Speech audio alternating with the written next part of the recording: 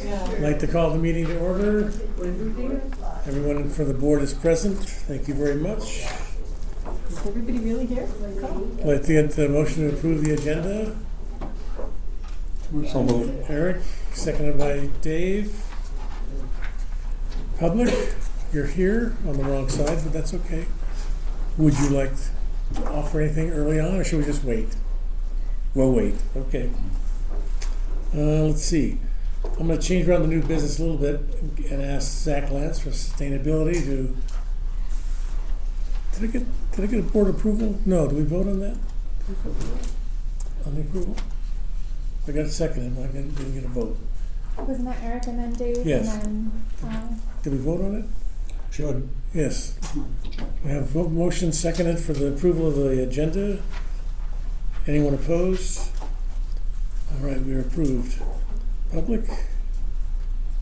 Minutes. The minutes. Approval of last month's minutes.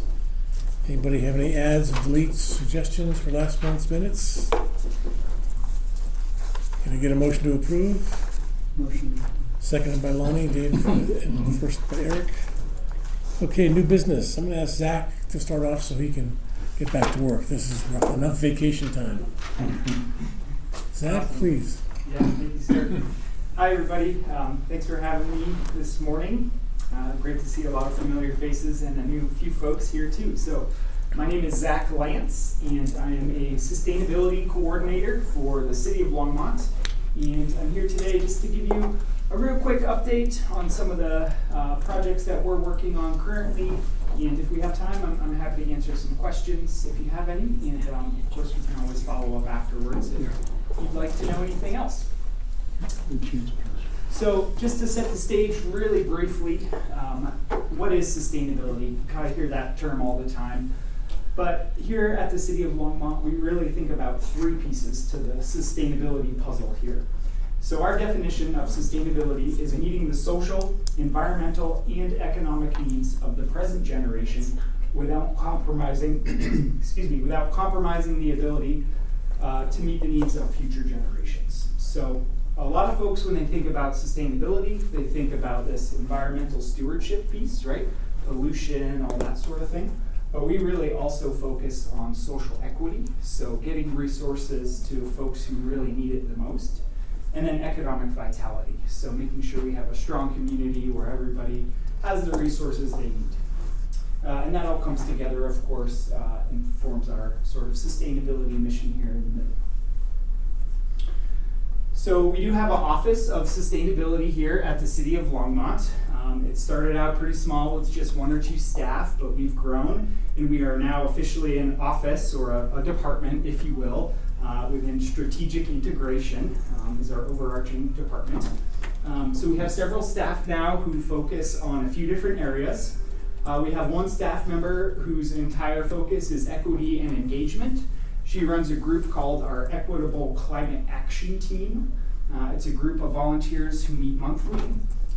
We really recruit what we call frontline community members for that group. So folks who most often bear the brunt of climate change. Those meetings are in Spanish with English interpretation. So we have a lot of folks who are coming to those meetings and getting presentations from city staff, and then giving feedback on how we can make those programs more equitable, more easy to access for the folks who really need them the most. So that's a really big piece of our work. I am the residential sustainability coordinator, so that's my role. I help anyone who lives in Longmont find ways to use less energy, so gas or electricity, use less water, start composting, whatever it might be. So my focus is residential. That also includes all of our outreach and communications to residents, so like I'm doing today.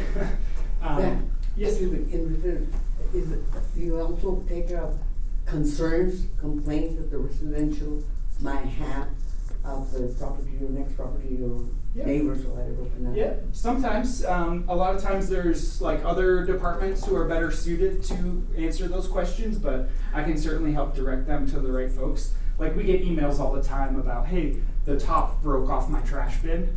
Oh, I can't fix that, but I know who can. So happy to help out, with whatever you might be thinking of. We do have a business program, so we have a sustainable business program.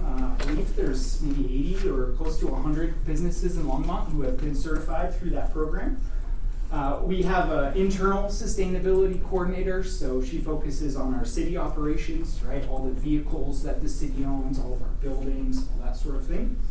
We have a zero waste sustainability coordinator, so hopefully everyone has access to recycling now. That is required by law now in Longmont. So she's doing a lot of work and working on a big campaign with EcoCycle. We filmed some videos, which we're going to be releasing even more broadly here in the next few weeks. So she's got a lot going on.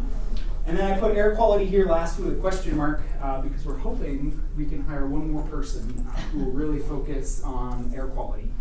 Which I'm going to talk a little bit more about this afternoon, but of course it's a big issue and a big result of climate change. So there's a question mark on that one. Fingers crossed we'll be approved to grow our team. Zach, could you speak about what you do in residential? Absolutely. That's how we met, and I was very impressed by your coming to the house. Yeah, so one of the programs I do is actually with a group of volunteers who have been through a good amount of training with me. I send those volunteers out to anyone's home in Longmont to do what we call a sustainable home consultation. So 2 of those volunteers will come over to your home, they'll meet with you for up to an hour and a half and really chat with you about whatever you're most interested in. A lot of times that's reducing energy use in your house, so how to heat and cool your home more efficiently. We talk a lot about water conservation, of course. And then other things I mentioned like composting or how to get your electric vehicle charger or whatever you're interested in. They'll walk around your house with you, they'll bring a bag of goodies and offer you some efficient LED light bulbs and aerators to use less water in your sinks. They'll install a new shower head if you'd like one, some small things like that. So a lot of good advice and just another kind of perspective, another expert, if you will, a volunteer coming into your home, kind of helping you identify opportunities.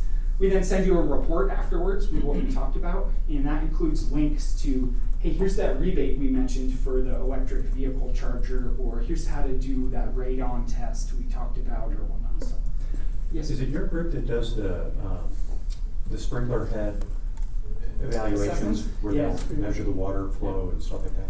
So not Is that directly. something- So we, the city contracts with Resource Central. Oh, Resource They're a Central. nonprofit, out of Boulder. They serve like 40 or 50 cities now across the area. They train all the staff to do those. We basically pay them to run that program in Longmont. They handle all the logistics and it's free. So if you're not aware, if you have an in-ground sprinkler system at your home, you can get that inspected for free. They'll look for leaks. They'll reset your timer, they'll make sure everything's kind of dialed in and teach you a lot about how that system works. Again, it's totally free of charge through a partnership we have. I'm happy to share that info around after and get folks signed up. Yes? I just xeriscaped my front yard Yeah, nice. and put in about 9 plants or so. Okay. And I eagerly look forward to my water bill. Mm. And I put the hose in, for the Yeah. sprinkler system. Great. And my God, my water went up almost 50% over last year. Doing up. Okay. So something's wrong. Huh. Could, Essentially, yeah. So most folks now, pretty much everybody has a smart water meter. So we have very detailed data now on water usage. And one of the great things about that is we can detect leaks. So we can see continuous water usage flowing through a meter, and we reach out proactively to those folks to say, hey, you might have a leak, let's check on some stuff. So there's some things we could do, not me personally, but to look into that. who do I contact? I'd be happy to get you in touch if Okay. you drop me an email. I left a few copies of my business card back there. Okay. So our water resources folks, I don't have the access to log into the system and see all that data. So. But that's interesting to know. It does take a little bit of water to get those plants established that first year. that's- But then once they're up and running, they really should go down in the following years. So that's interesting. Right, so if it's a Hispanic family, monolingual Spanish speaker, Mhm. and you say you do a home visit, check, what's working, what you suggest, Yeah. whatever. There's somebody that goes with you that speaks Spanish to explain to people what's Yeah. going on and stuff like that. I mean, so they don't hesitate call, because they don't know whether they're, the assumption is, oh, they don't speak Spanish, so Yeah, yeah. why do I bother? So we can, that's what I do, let them know. No, you let them know, they will say yes or no, whatever. Yeah, so currently I don't have any bilingual or Spanish-speaking volunteers. If we have a monolingual Spanish-speaking home that would like to go through that program or get some of those other resources, we can usually find a staff person who speaks Spanish to come out and do that. So I'm hoping if you all know anyone, any bilingual or Spanish-speaking folks who would like to go through my training and become one of my volunteers. That's been a goal of ours for many years, and we're slowly working towards that. We have to redevelop all of our training materials and make them culturally appropriate. You can't just take everything we do in English and, one for one move it over to Spanish. There's other cultural differences that we want to incorporate too. So we're working on that, but we can have some staff So members do it. do you advertise, saying we don't have right now? Yeah. That's how out there, or someone else can say, oh, Yeah, this person. on our sign up pages, it says we don't currently offer appointments in Spanish. You're still welcome to sign up, and like I said, if folks want to go through or have a phone call with somebody, we can certainly offer that. But how will they know? They don't know how to get a call, whatever. Mhm. The City of Long Community Relations Office, they can Yeah, refer yeah. them or ask. So this program's really tricky because I rely on volunteers, and they only have so much time every month. So I've promoted the program in the city line, citywide newsletter, and I get 30 or 40 or 50 people signed up, and then I have a really long waiting list. So I have to balance how much I promote it with how many openings I have and how many volunteers I have. So I did put it in the senior center email that goes out a few weeks ago, and I think I saw a few folks sign up. But like I said, I don't do a lot of promotion specifically in Spanish because I don't have the Spanish volunteers right now. So that's a little bit of a balancing act. But yeah, you should start seeing it around more and more as I get more volunteers and have more opportunities. What I want to avoid is having 100 people all sign up and then saying, oh, sorry, now you have to wait 6 months or 8 months to get your appointment because we don't have enough openings. So yeah, it's a balancing act, but good questions. Thank you guys. Oops. All right, I'm going to cruise through these next few pieces. Let's see. Let's try this. Nice. Okay, so of course we have a sustainability plan for the city. It outlines a lot of different sustainability targets that we have. I won't go through all of these. But some of the biggest ones are 100% renewable energy supply by 2030. I could talk for a long time about where our energy comes from and how that's all going. We're going to get pretty close to that goal. We won't quite reach it by 2030, it looks like. Another big one is 75% waste diversion by 2030. So that means diverting our waste from the landfill and either reusing, recycling, composting it. That's why we have a staff person focused specifically on that. And then a 3% per capita reduction in water use. We're actually doing really good on this. Even though the population of Longmont is growing, we're not really using much water. So we're being more efficient with what we have, which is great. So how can you keep track of all that stuff? How can you see what we're doing, what the city's doing? One great website we have, which you may not have heard of, is called Longmont Indicators.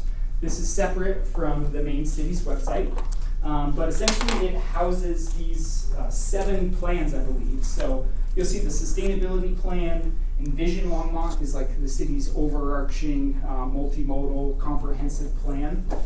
Essentially you can click through all of these and see all the actions that we said we're going to do and how we're doing on all of them and who's the main contact person for each one. So I won't get into it, but it's very, very detailed. It helps us be very transparent and show you what we're falling behind on, what we're doing great on, what we haven't been able to start yet.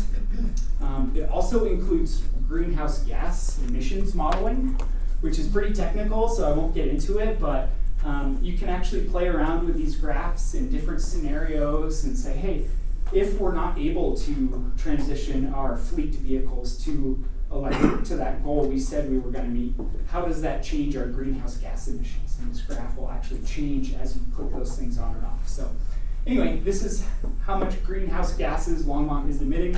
You see a huge drop here going into 2030 because that is when our coal-fired power plant that we receive our power from is scheduled to go offline. So again, I could talk a lot more about that, but we don't have time today. So But how's that, so that's Rawhide, right? yeah, So Rawhide's north of here somewhere, right? it's Or almost in Wyoming. Yeah, It's up near Wyoming. yeah. I got to so- do a tour of it. It's insane. Yeah. They so- open the blast door and it's just this huge fireball, Yeah. creating steam, generating electricity, but polluting. So how do you model something that's gonna have a direct impact on greenhouse gas emissions in Wyoming Yeah. down to Longmont? Yeah, so great question. My colleague Francie really leads that work, but essentially there's different tiers of emissions. So there's like tier 1 emissions, which is emissions that we generate right here in Longmont. So your furnace in your home burning gas to heat your house, this building, the vehicles that are driving within Longmont, that's tier 1 right here, stuff that we kind of have direct control over. Then there's tier 2, which are emissions that are generated elsewhere, but are generated because of activity going on in Longmont. So we're keeping the lights on and using electricity here.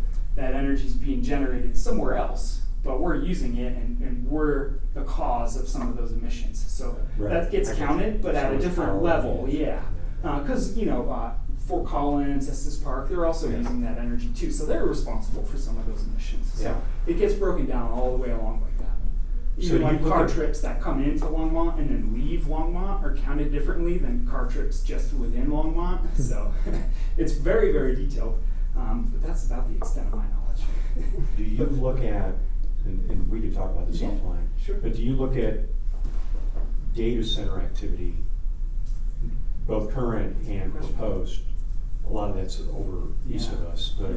not so much in That's a Boulder good question. County. Do you look at, because that obviously has a projected impact on electricity usage. Yeah, and water. And in some cases, they're generating their own electricity, Yeah. right? I would venture to guess that data centers are, I would say I'm 90% confident they're included in that like tier 3, or maybe I believe there's a tier 3 emissions. I don't know like specifically for the Longmont context how those are getting factored in, or the future piece of that.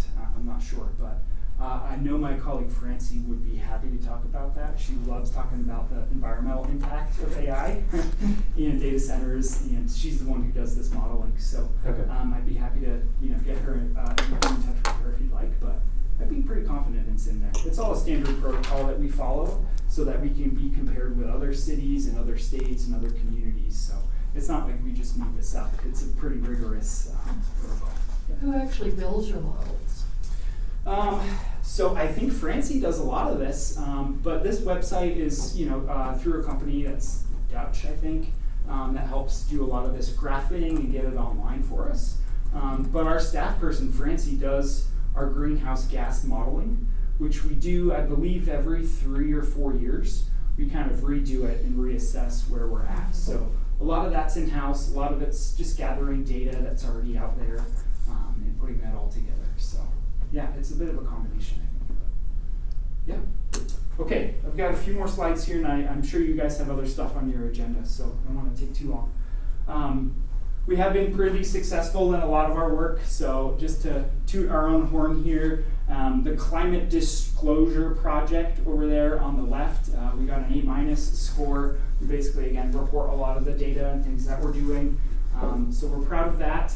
Longmont was the very first city in the United States to be awarded this Making Cities Resilient designation that actually comes from the United Nations. So my boss was invited to go present and receive this award in South Korea. Pretty awesome. A lot of that has to do with the Resilient St. Vrain project after the 2013 floods and how we responded and are rebuilding and reforming that river channel to be more resilient. So big shout out there for Longmont. And then currently, just yesterday, we had our kickoff meeting to get Longmont LEED certified. So you may have heard of LEED for buildings, right? You can have a LEED Platinum certified building. Well, now an entire city can get certified LEED. So there's about 130, 140 cities in the US that have done this. There's only 6 in Colorado.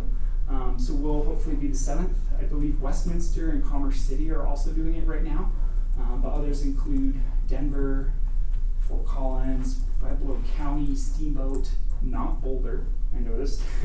But anyway, we're very excited to get LEED certified, hopefully. I saw that Denver just reached LEED Platinum. So anyway, just another designation and way to recognize that Longmont really is a leader, I think, in this sustainability realm.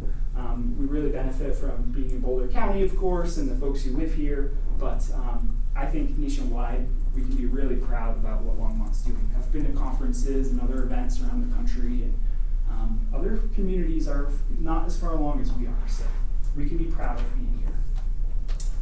Okay, in my last few minutes here, I want to talk about extreme heat and air quality. I know it's on everybody's mind these days. Really loving the cooler temperatures today, but I'm sure you've all noticed we've got some wildfire smoke, and it's going to get hot again here in no time. So that's a big focus of my work. So this is a new visual I put together. You're the first group I've shared it with. It's a little confusing, so I'll try to explain it. But essentially, each one of these blocks here is like a month on the calendar, right? It's 31 days. On the farthest left there is the 2020s. Each column here jumps 20 years. So 2020s, 2040s, 2060s, 2080s.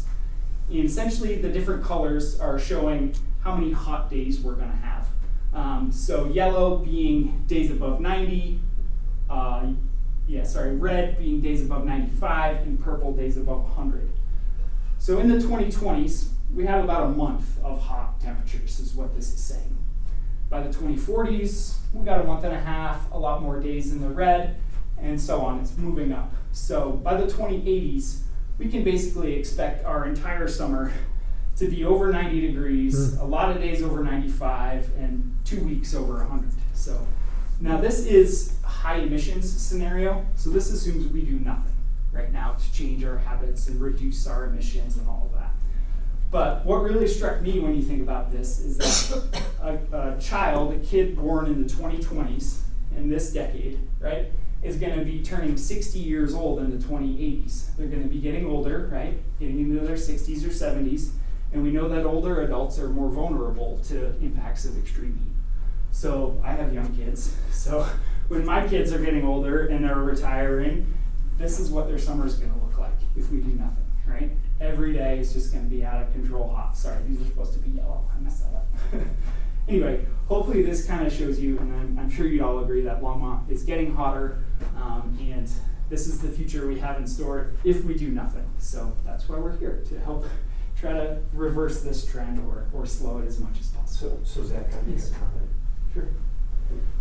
When you say we do nothing, that impact is as much a result of what's going on in Texas with their thousands of data centers. Yeah. And all the and other CO2 producing activities across the country, Mm-hmm. than it has as much, well, more than what we do here in Longmont. So Yeah. how do you figure out what direct impact we can have on that when 99% of that is outside of our control of what we do in Longmont? Yeah, it's a great question.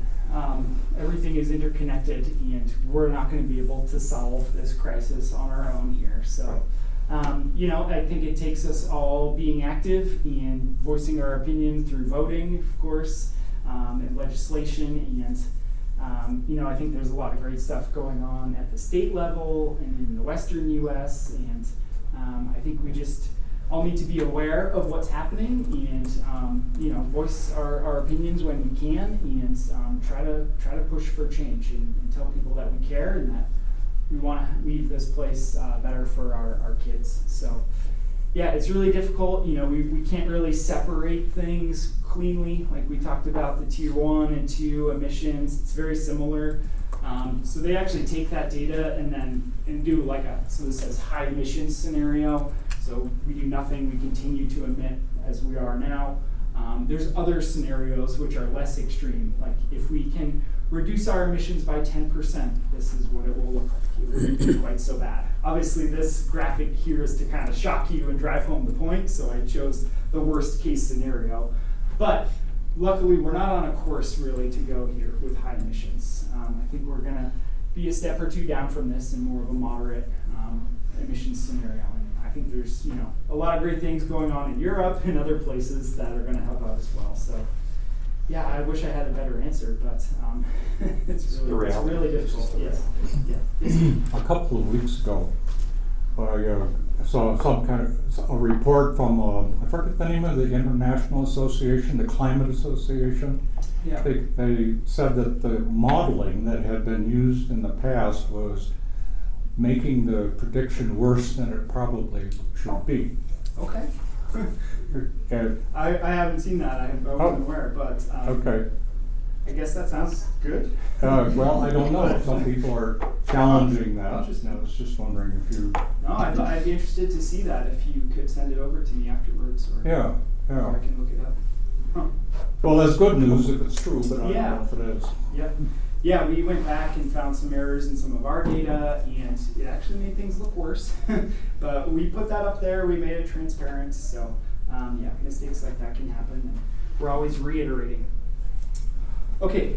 Yes, sir. You said you made a comment a while ago, we have enough water. What does that mean? We have enough. Well, I don't know.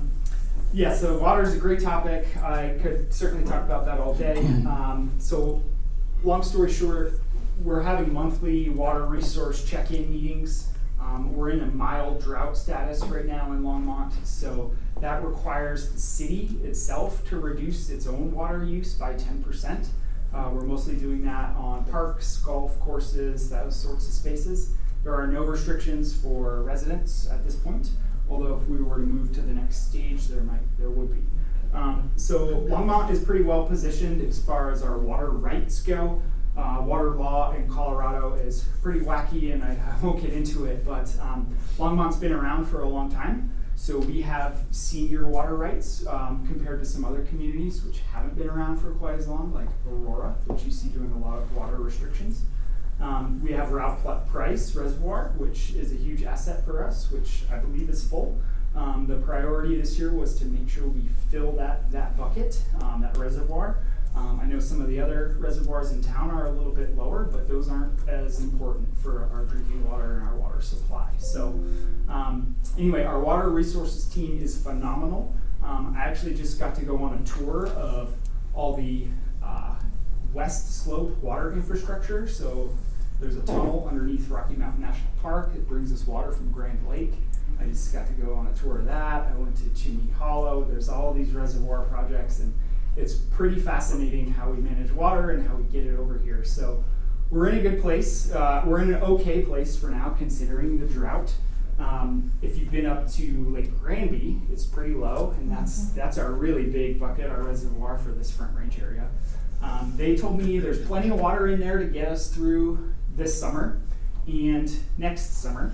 It's got basically 1 year left of water supply in it, but if we have another bad winter or 2 bad winters in a row, then we're really going to be in trouble. So yeah, we can all do our part to conserve. The city has, again, been using those smart meters to identify leaks in our own infrastructure, and I think just among the parks and whatnot, they estimate they've saved like 4 million gallons in the last month just by going out using that data to find leaks and fix them quickly. So I've been driving around, I've seen sprinklers going off and leaking, and I've been reporting them and telling people, and they go out and check them. So y'all are welcome to do that too. We don't necessarily want to snitch on our neighbors and whatnot, but there is a waste of water ordinance. So if there's something that's clearly broken and just running, gushing water down the street, that's not allowed. They'll get a warning, and then if it's not fixed, there are fines that will come. So we do want to know about that sort of thing, but I got sidetracked. No, that's great. We're in an okay place for now,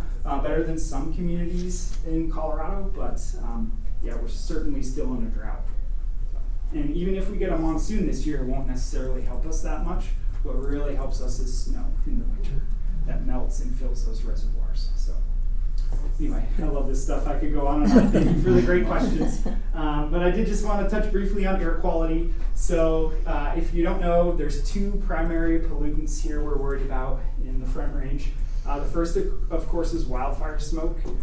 That really comes through as particulate matter, also called PM, particulate matter. Those are very, very fine particles that can even get absorbed, of course, into your lungs and into your bloodstream and affect your health. Ozone is our other primary pollutant. When I say ozone, I'm talking about ground level ozone. You've probably all heard of the ozone layer way up high in outer space in the atmosphere that protects us from the cosmic rays and radiation from the sun. That's good ozone, right? We want that. I remember when I was a kid, it's, oh no, there's a hole in the ozone layer. It's patched up, it's doing better. But what is dangerous for us is ground level ozone, down here where we live and breathe. That's formed when we burn fossil fuels, gasoline in our cars, our furnaces in our homes or whatnot. That reacts with sunlight and creates ground level ozone. So it's worst in the summer on really hot sunny days. So my recommendation is everybody should be checking the air quality, especially this time of year. A lot of folks use a weather app on your phone that probably has the air quality on it, so you're welcome to look there. I would just double check that the air quality info you're looking at includes both wildfire smoke and ozone.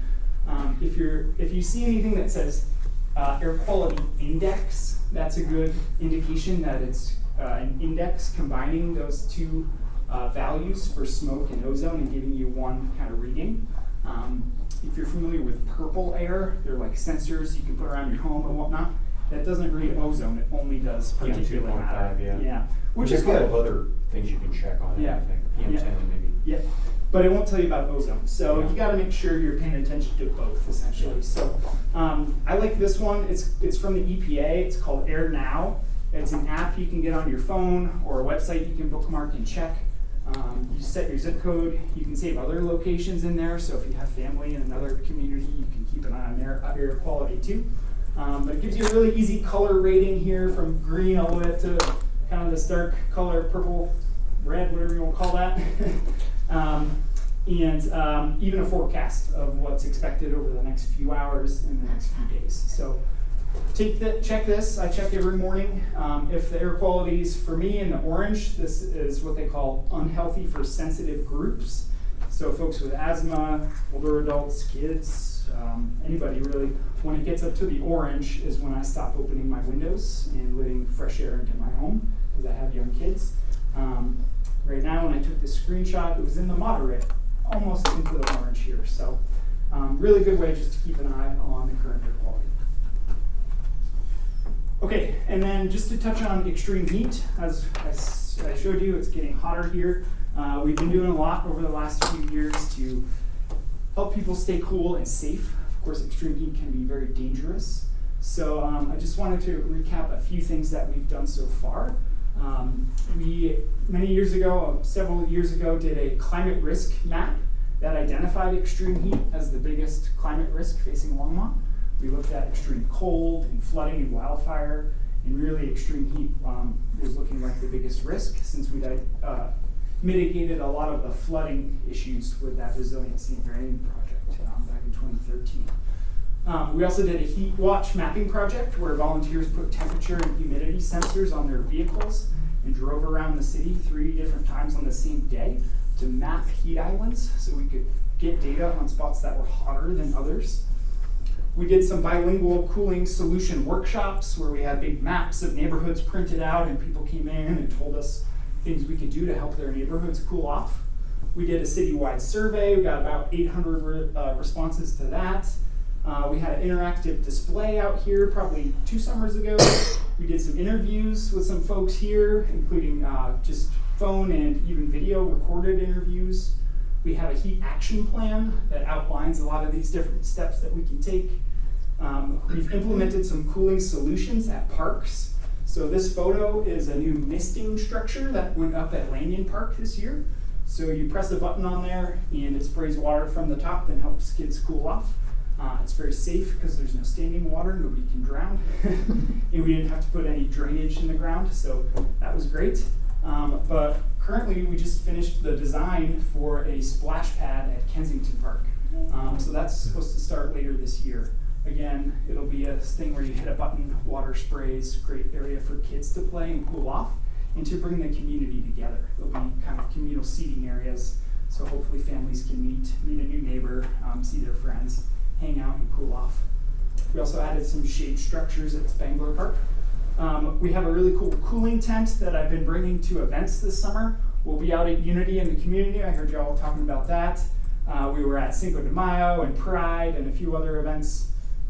We give out cold water and sunscreen and cooling towels, and it sprays mist, and people love it. It was a huge hit. I try to talk to people about how to keep their homes cool during that, but they just want to come and cool off with us, which is fine too. I'm like, well, maybe sign up for my newsletter. We have a Cool Stop bus stop coming, which we teamed up with Art in Public Places, and got a local artist to design a custom bus stop that's fully ADA accessible and approved by RTD, and it's basically looks like a arching sort of sun, rays of sun almost, but it's meant to provide shade at a very hot bus stop over at 4th and Martin. I think right across from the cannery there, there's that gas station Yeah. across the street. It's That's gonna go 3rd right, Martin. yeah, 3rd, thank you. Yeah, it's gonna go there hopefully in a few months. Keep an eye out for that. And hopefully we're gonna do more. It'll be like a series of bus stops. And then we have a Keep Cool Longmont communications campaign, which I won't chat too much about, but that was all stuff we've done or are still doing to some degree. So currently, a few of the projects I'm working on, we are providing free air conditioners to anyone in Longmont who just really needs a way to cool off in their home. I've had a huge response over the last couple of weeks, especially from folks in manufactured or mobile home communities. I have a handful of those left. They're going to run out pretty soon. It's not the ultimate solution, right, to the problem, but it helps address that immediate need of needing to cool off. It's not an emergency cooling program. We can't send somebody out the next day to fix your air conditioner or whatnot. But essentially, I'm ordering portable air conditioners from Home Depot and having them shipped directly to the person. They arrive like the next day, which is pretty nice. So let me know if you know anybody in the community who could really benefit from that. We do then try to connect folks to other resources to make their home more efficient, weatherized, better insulation, whatever that may be, more of a long-term fix for the home. Is that, and I guess my question's to the group here, our resource specialists, are they channeling, like if somebody comes to a resource specialist and says, hey, I need an air conditioner, I've got a problem, is it getting channeled? They use all the resources available to help connect them to those additional needs to make sure those types of, we'll call them basic needs are. I assumed it probably was happening, but. Oh, yeah. So it's what's available here in Longmont and Boulder County as a whole. So Yeah, sometimes Boulder County does this too, so. Yeah, that's what it is. Is that an annual program? Will it be next year also? Yeah, so we just started last year. We were given some money to provide home cooling support, and the boss wanted to keep it going this year, so this is our 2nd year. We just doubled the budget because we got such a big response, so I'm pretty sure it will continue in the future. One hurdle is these things are heavy and they can be hard to install, so that can be tricky for older folks or people with mobility issues. So we're doing our best to figure that out. So if y'all know any volunteers, or we've teamed up with Cultivate, if you know that nonprofit, they have a few volunteers in town who can help people get these installed, but they don't have any Spanish-speaking volunteers. And 85% of the people who've requested a free air conditioner are Spanish-speaking so far.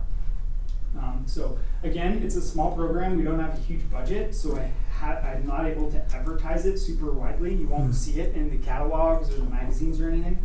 I shared it with like 3 or 4 community organizations, like the Our Center, Intercambio is the big one, El Centro, Amistad, a few others like that, and just word of mouth, it gets out, and then we run out of budget. So yeah, it's small, but we will probably continue it.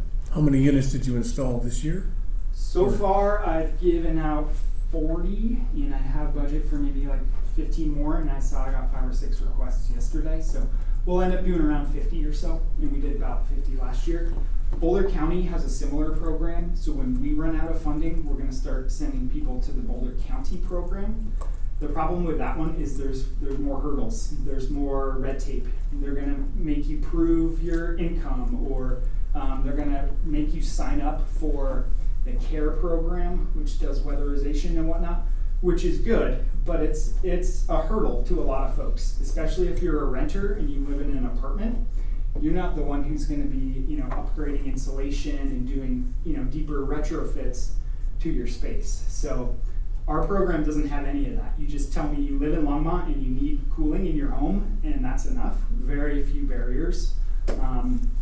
We also know people are sensitive to even share their address with us right now, or their phone number. So there's an option for folks to request the air conditioner for someone else.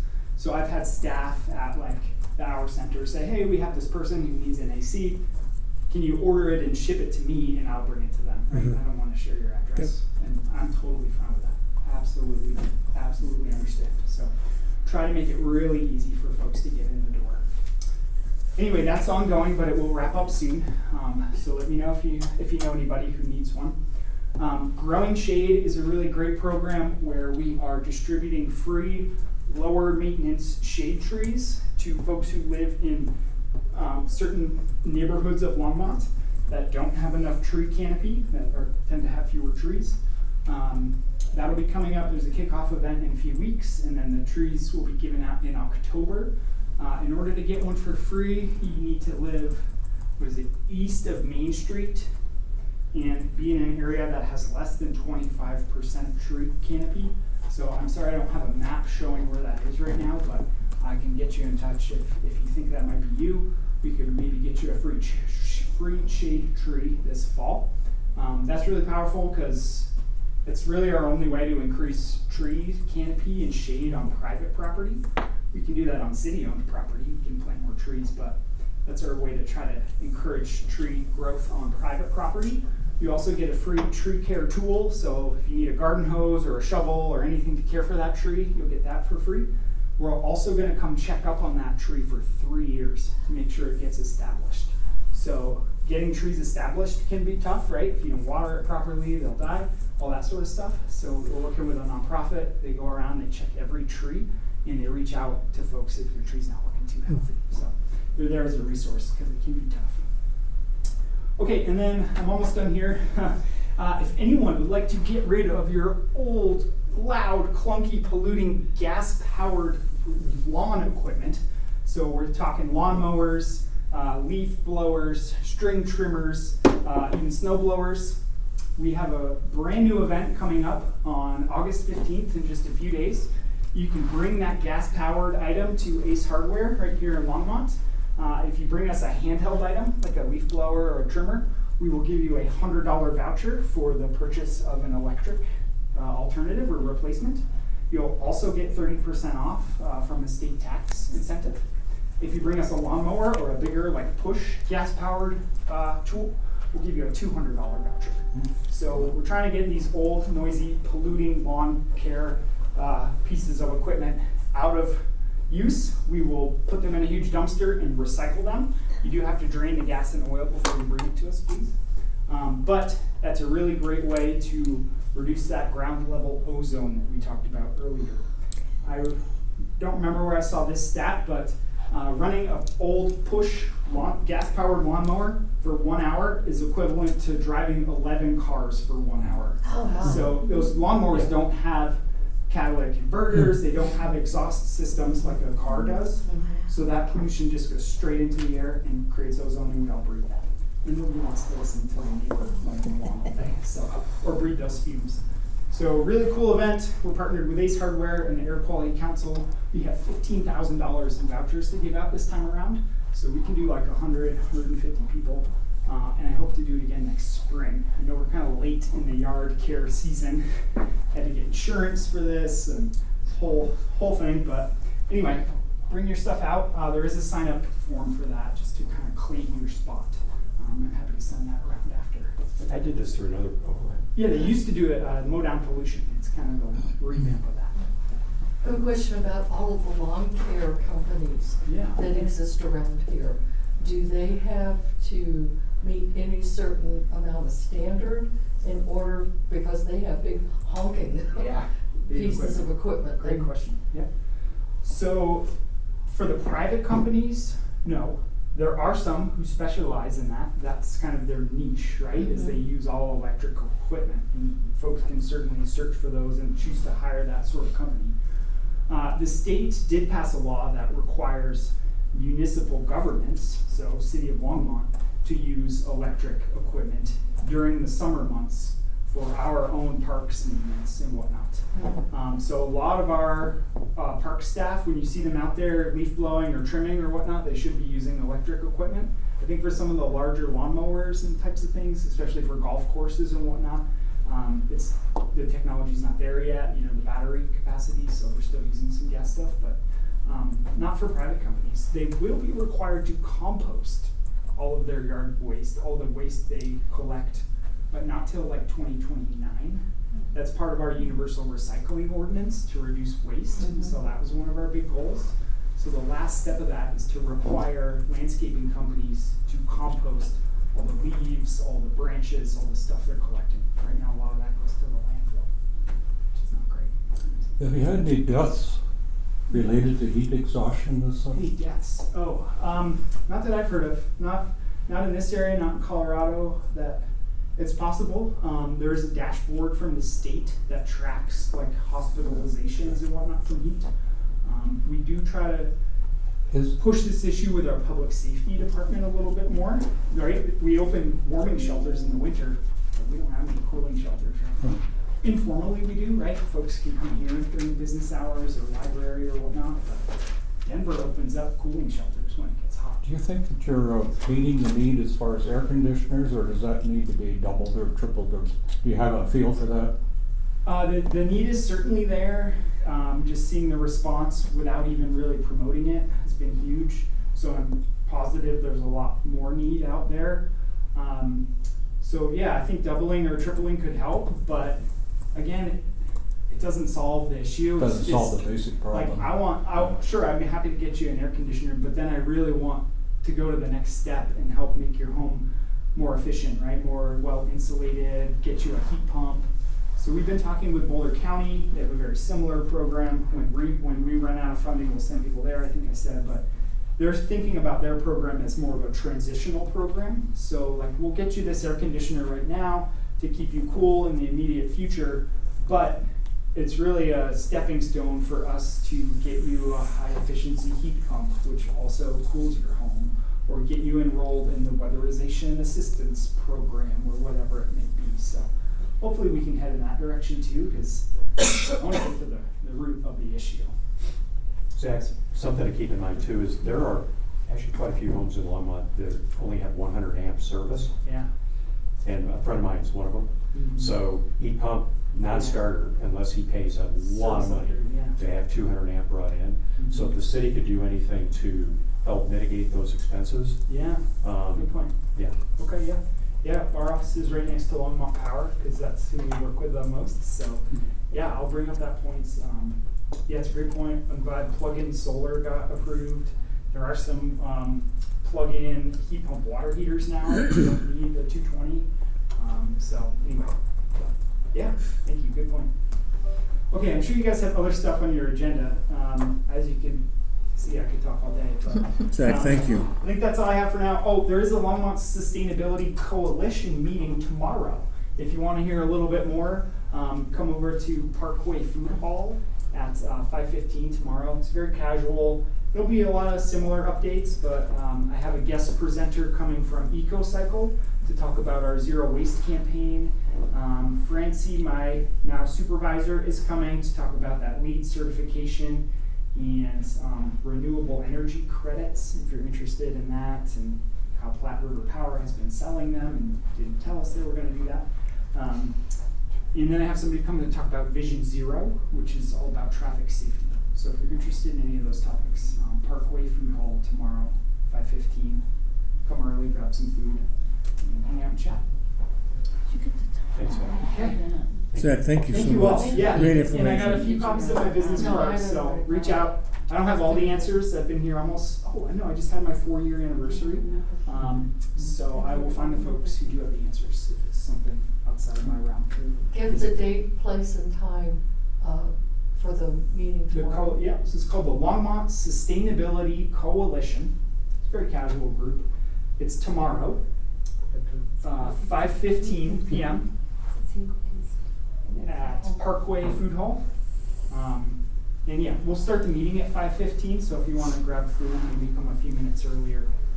But it's a great group. We usually get about 15, 20 people, all very sustainability minded, and there's time to interact and mingle and introduce yourself, so you may meet some other folks who are really passionate about whatever you're passionate about, and you make a new friend. So we invite you to come down. Zach, you were gonna pass a form around of some sort? I forget what you said about signing up for. We mentioned like the sprinkler system, What did checkup, and the AC program. If anybody wants to sign up for any of this stuff, or the home consultations we offer with my volunteers, just reach out, just shoot me a quick email, and I can send you the link to whatever you're interested in. It was a great service. They came to our house and did the sustainability.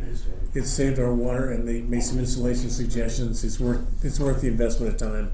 Yeah, it's a really easy starting place, and then you can go more in depth from there. Plus, they changed all of our shower heads Nice. and faucets for us. Great. All right. Well, Thanks thank you all. again. Appreciate it. Yeah, Thank appreciate you. that. Thank you all for attending this. Thanks for the information. Absolutely. Take a minute. John, That's great. set up for the presentation. Let me get on to the public.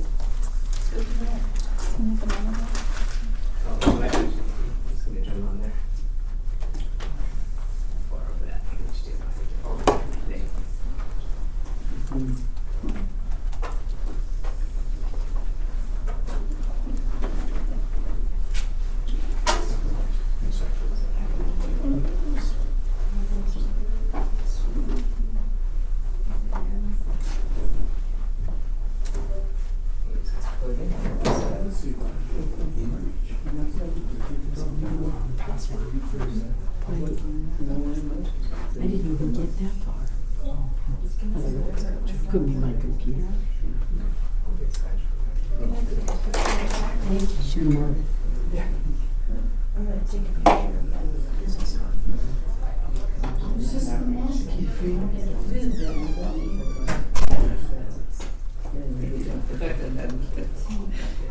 Oh, look at that. Which HDMI is it? Yeah. Stand up a second.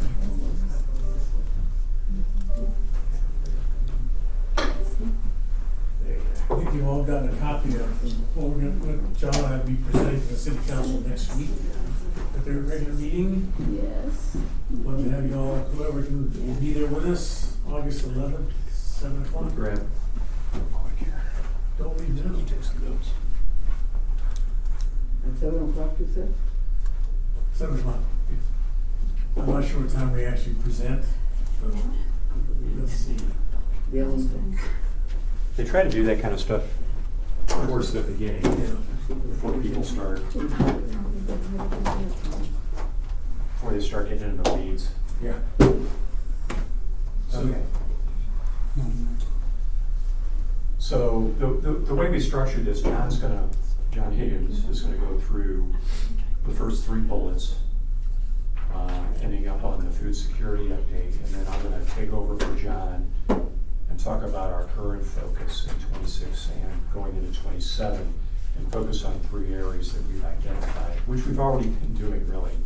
So it's not a shocker for anyone. So we'll be focusing on employment, outreach, and the senior needs survey that Dave Wren has been really heading that one up very, very well. So with that, you want to? yeah, let's go back. So the introduction. In 2016, the city of Longmont released its Envision Longmont Multimodal and Comprehensive Plan. The plan was designed to reflect on Longmont's strengths and assets and explore future possibilities. On page 13 of this 188-page comprehensive plan states that, I quote, older adults are set to become the largest segment of the population over the next 20 to 30 years, and they will require housing and needs and services that meets our unique needs, their unique needs. Those unique needs, in addition to housing, transportation, and sustainability, have now come to include food security, employment, and survey-driven needs research, which are all areas that the Senior Center Advisory Board members are focused on addressing. The Longmont Senior Center, as you will see shortly, is the city's hub to gather, promote, and disseminate that information to Longmont's 55 and older population. So we'll talk about the board's current activities, past and present, future, update on the food security initiative, which is our first really significant outreach program for the senior center to bring people here to feed them, provide food. And what that's generated is the advisory board's decision to push in other areas, such as employment, outreach. And a needs survey that specifically decides, shows us what senior needs are. And what do we really need? And you saw that beginning with the new survey that just went out that we all should have gotten an email for. So the past, present focus has been food security, housing, healthcare, transportation. And our current focus, 26, 27, obviously outreach, employment, and the needs survey. That needs survey, again, specific needs of seniors. This year marks the 50th anniversary Golden Jubilee of this facility serving seniors here in Longmont. Roughly 30%, it's an extraordinary number, 30% of Longmont's population are 55 years old or older. In the past 3 years, over 300,000 seniors have walked through the front doors of this senior center. That number is going up. In 2024, the advisory board began a concerted effort on senior needs. We've been talking for years about transportation, housing, and the city's been responsive. And clearly, food security, and now in efforts to provide services critical to that community. The food security, we picked that, go ahead, Tom. We picked that specifically because last year, we presented in May, we hadn't started the food table. But since then, we started that because over 9% of the senior population in Colorado is food insecure. And according to Colorado, to community food share, that number is higher in Longmont. Here's the issue, one of the issues. Older adults who are even marginally food insecure will present as 14 years older than their actual age. And it increases these issues about heart attack, asthma, congestive heart failure. Food security is definitely a health issue.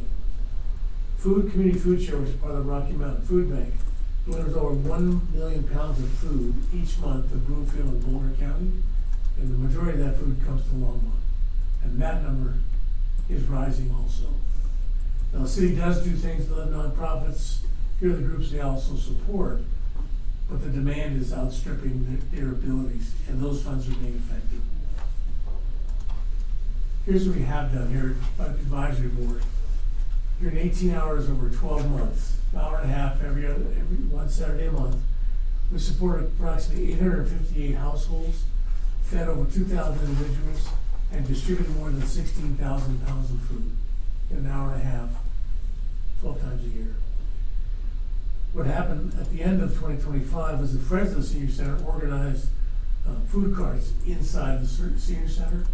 And after a slow start in January of 2026, they're now up to averaging over 40 pounds of food per day, which would be another 10,000 pounds of food per year. So it's 30,000 pounds of food going to seniors just here at the Senior Center.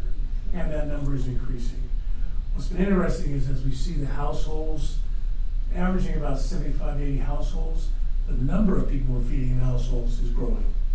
It points to a growing need specifically. Some of the volunteers, all members of the advisory board have been present at every single food table. We serve this community, the Stevens City Council members, which we want to thank you very much for being there or showing up. But again, the numbers of people are rising, household needs are rising. just want to make a quick comment, and Marta Moreno has definitely been a part of this. You know, her picture's not up here on the screen. She's complaining about she's not there showing the eggs or the huevos. I wanted to put a picture, but her agent said, no pictures of Martha because she's too famous already. Oh, she's looking at both of us. I'd like to ask John Pillman, Vice Chair of the Board, to step up and talk about what's happening next. Where do we go? Sure. So what we're trying to build out here is really as many areas as we can influence and focus on that are affecting our seniors, the challenges facing our seniors from an economic standpoint, from environmental, from a health standpoint, etc. So there are 3 areas that we identified towards actually the end of 2025 that we felt a strong need to incorporate into our programs and into our advocacy. And those areas, which I'll go into more detail in a minute, are employment, outreach, and conducting a comprehensive and timely needs survey so that we can continue to gain input on what our seniors need and try to provide as many resources as we can. So why did we decide to focus on these areas? Well, number one is, as John indicated earlier, seniors 55 plus make up 30% of our population. It's the largest population segment in Longmont, and it's the fastest growing segment in Longmont. Seniors over 80, that particular segment is the largest and fastest growing segment of all segments in Longmont, projected to increase by 220% over the next, I think that was over the next 5 years. I have a slide on that one. The other thing we found is, relative to employment, is that nationally about 21% of seniors over 65 are either employed or seeking work.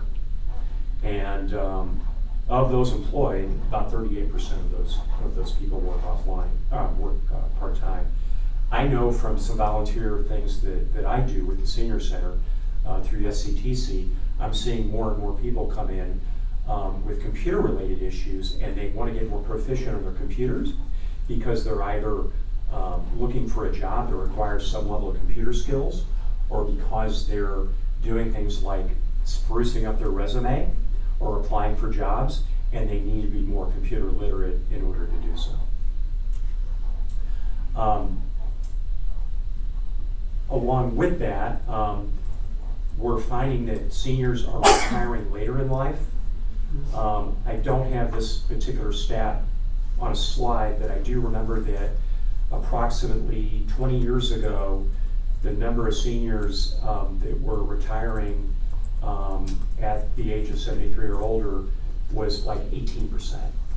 And now it's gone up, it's more than double. It's 37% now do not expect to retire until they're 73 or older. So the fact is that seniors are retiring later, and correspondingly, seniors that have retired are looking to go back into the workforce. And then last but not least, we need to gather data to make sure that we're continuing to target those programs and continue to advocate. So, as I mentioned earlier, Dave Brent has been real critical in working with the city, and I have a slide on this later that shows that we're already impactful in the current needs survey that just came out a few weeks ago. We're already able to impact some of the questions on that, and we expect that to continue going forward. I think of all the slides that I'll show today, this one really I think is the most impactful. So when we talk about the fact that seniors represent our largest population, over 55 is our largest population in Longmont, and over 80 is by far our fastest growing segment in Longmont. This is an area that the city needs to focus on. Now, I will say that we could probably have a whole another conversation about what's going on with our population 0 to 19 and 20 to 39. That's also concerning as well. But we're here today to talk about what's going on with seniors. And we need to focus on this because it's only going to, as population increases, these problems are only going to be exacerbated. So when it comes to employment outreach, some really positive things to note here. We had Dave Brennan and I actually attended a job fair that the workforce had in April, these employees were there, these employers were there. We had a chance to talk to pretty much all the employers. They're all interested in hiring seniors, some more than other because of the type of work that they do and how they see seniors could benefit them. So as an example, I talked to a woman that was in charge of 17 branches at Bank of Montreal, BMO Bank. She said seniors are critical. She said for two reasons. One is she goes, they work hard. She said, but the biggest thing she said is they're willing to work part-time. And most of the tellers they hire, as an example, are part-time tellers. Okay. I also want to note that there's a job fair coming up in September 15th here, and that job fair, we hope that all these employers will be coming as well. We'll have more news on that. I'm working with Workforce and getting a list of those employers, but we do expect a really great turnout there, and that's going to be focused specifically for seniors 55 plus during that workshop. Switching over to outreach, Lonnie Dooley's been doing a lot of great work on outreach, so that project's already moving forward, already in flight. What we try to stress during our outreach campaign are really 5 areas. One is the history of the senior center. We want everybody to know what we've historically done, what we do now, and what we project to do in the future. How we operate with relative to city funding and funding from our friends. What kind of services, give them a brief overview of the kind of services that we offer. Recreation activities, workshops, trips, that kind of thing. Getting involved and how they can learn more. So we'll leave them with some flyers and things and how they can reach out to the senior center, how they can contact us, etc. The other thing I want to mention is that Marta has gotten involved now. So Lonnie's approach has really been focusing on Longmont Housing Authority properties, which there's plenty of them. So there's a lot of work there to do. We did one to the organization Village on the Main. We did a recent outreach activity for Village on the Main, very well attended, a lot of great activity there. Marta's going to be working with some Latino organizations in Longmont and doing something similar, yet more targeted towards the needs of the Latino community. And they're really enjoying it. Those ones that are coming new, they said, oh, Jesus. You know, I used to come because, for elderly, for viejitos. Then she started coming and she enjoyed it. Those viejitos are part of herself. So she's really enjoying coming to the different programs that we have. I attend most of the programs because I want to make sure they're coming. And they do enjoy it. They say, yeah, quit being a pain out of pain, get over here and learn. They know how to use your phone or whatever. Now, I know that on Tuesdays somebody's helping them how to navigate their phones. So now they are learning. And I say, you don't have to speak the language. You can crochet, you can sew, and whatever, and learn to integrate, and they'll help each other. So that's what they enjoy. Thank you.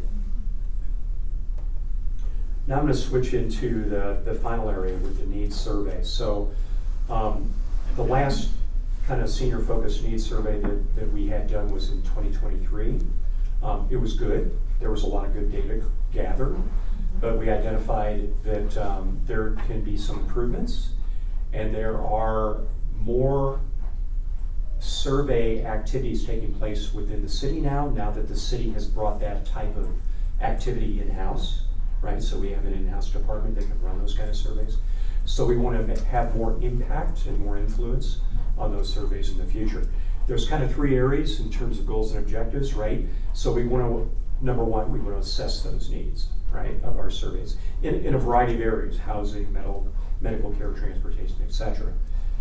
We want to then identify what services and programs are not fully utilized or we potentially should look at to address those needs that we've identified and assessed. And then we want to go to the city council, right? So number one, educate the city council on where we see there are some gaps in the types of services and programs that we could be offering or how we offer those. And then also look at how that might have an impact on what folks like Ronnie need in terms of budget, right? To be able to provide the resources, right? Because we can have all kinds of great ideas, but if we don't have the budget to provide the manpower that we need to be able to provide those, then we're probably not going to be providing those services. It seems to me, John, that that survey really critical to helping Ronnie get more resource specialists Yeah. here, and of course, more office space. Yeah, which is funny, because that's, remember that time you and I met 3 months ago, when I was taking over? Yeah, Because John, and Ronnie, very quickly, you said, 2 big things I always need, right? Head count and space. right, That's the only needs we have, and that's the only needs we're gonna have for the next few years. yeah, I mean, we need more space to provide more services, and we need more staff to provide those services, so they go hand in hand. Yeah. It's not physical items within our facility, it's not, any additional supplies, it's staff and space. mhm. Yeah. What are you asking for this year? Staff and space. Yeah, that's all it's like, always is. Yeah, Right. and they're critical. I mean, for those of us who work around the senior center and interact with staff and Ronnie and all of that, it's obvious. It's extremely obvious. You know, for the casual attendee here, probably not so much. Right. So, you know. to Because be they're able so to- good that unless Yeah, you Yeah, right, you can, are seeing it every day, right, you don't see it. yeah, you can shield or, yeah, right. the average Right, person. it gets masks, it You gets can mask masked it. with all That's the. probably a better term. You know, adding the technology that the Friends added virtually some more space because the other rooms could be utilized that could not previously be utilized. You know, like for the classroom that Laura and I teach out of now, we could not use it last year because it didn't have the technology that we utilized in putting our class together. This year, we're able to move to a bigger room Right. and free up the small room for other activities that are smaller. Right. So, you know, but that has a very limited lifespan. You know, you quickly fill that up with programming and whatever. And so the 2 critical things are gonna be space and staff. Yeah. How many staff are you asking for? What's on your proposed? I've been asking for 2 resource specialists the past 3 years. Right. I mean, that is just to meet the need and demand from 2 years ago, and that, right? And so, for sure, 2 resource specialists. We need more.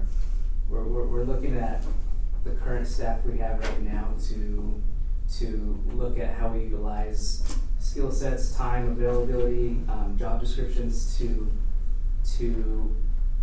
fill some of the gaps that we know currently exist, to troubleshoot and problem solve in real time, right? Because we don't have more staff coming in right now, so how can we get creative with what we do have to meet the needs throughout the day? And Right. so as Try to be more mentioned, right, efficient, we're just- you know, that we're sort of thing. constantly, exactly, we're constantly looking at processes, systems, workflow, to make sure that we're not only meeting needs in real time, but trying to anticipate the needs that are coming tomorrow, the next week. As mentioned, like thanks to Bianca, and our team, we're very creative with our spaces of looking at the data of attendance for programs to say, okay, well, taking a look at tomorrow, this room is one of our largest rooms. If the program that is assigned to this space only had 7 people sign up, and one of the smaller rooms has 12 people and a wait list of 7 or 8 more, now we're looking at tomorrow, and Bianca does a good job of flip-flopping that, so that way we can call those people on the wait list to get them in the program, move them to this space, and move the other group to the space that really meets that need. So we're doing a lot of that every single day, but that takes time, that takes energy, that takes planning and certain skill set as well. And so we're constantly moving what we can, where we can, with what we have. So what am I gonna ask for? 2 additional resource specialists. I'd love to have more office staff, and we don't need another programmer. We need somebody who is available, flexible to be that floating person to meet the on classroom needs through all 6 classrooms. For each hour is a different group, right? So that's what we need just to function. Ronnie, from a space standpoint, is there any possibility, or too early to tell, whether something at the new Y facility, at the new Y, the white facility, if and when the city takes that over, which I think is gonna happen eventually. Definitely too early to tell, but even then, that's probably gonna be a 2-year project to get it up and running, so, you know, what are we gonna do now, from now until, 2020, 2028, 2029 to make sure we're not only meeting those needs, but meeting, we were talking about the growing senior population, but meet current needs, but that, the demand that's knocking on the door. Yeah. So it's, I mean, you've seen programs double this year in people attending. oh yeah. Yeah. Up to this point, we've already had over 40,000 visits through our door. And that was just through July. And you know, our winter programs bring a lot more people in when the weather's not as nice outside and everybody's looking to be indoors. You know, we have a lot of vacations, a lot of everything going on in the building. So I don't want to say thin out in the summer months, but in the cooler temperature seasons, we definitely have a lot more participants in our building. So, and we're still doing it with our same staff, right? 5 resource special, or 3 resource special, 5 supportive services staff, and 3 recreation programmers in our front office team. So pretty slim. Do you do a presentation to the city council? So that's more so the budget, well, through budget defense too, so, not directly to city council when we go with the advisory board, all of this. I all thought of these the things first are time we covered did in- it was the first time Right. they really had one done for them. Right, and so we Yeah, cover those okay. things, the population, and we're hitting at all those targets here again, of what the needs are, who we're serving, at what rate, and what's knocking on the door, and we need more, right? Yep. So it always works in organically. They're pretty aware through Christina's presentation. She's at council every week. Through what she's communicating to assistant city manager, where she's communicating to city manager, what gets communicated to city council. And we have Councilmember Popkin, you know, and through different spaces. The council members and even Mayor Hidalgo Ferry, just in passing, when I see her at the city manager's office, we'll ask questions about, you know, challenges, what we're seeing, what we're facing, what's life like. Right. And so, Updates. yeah, and so they're aware. Okay. And it's just tough decisions everywhere. Right? Yeah. When we're looking at budget, but we all understand that, and we just know who we're serving, you know, and what's coming. Okay. Thank you.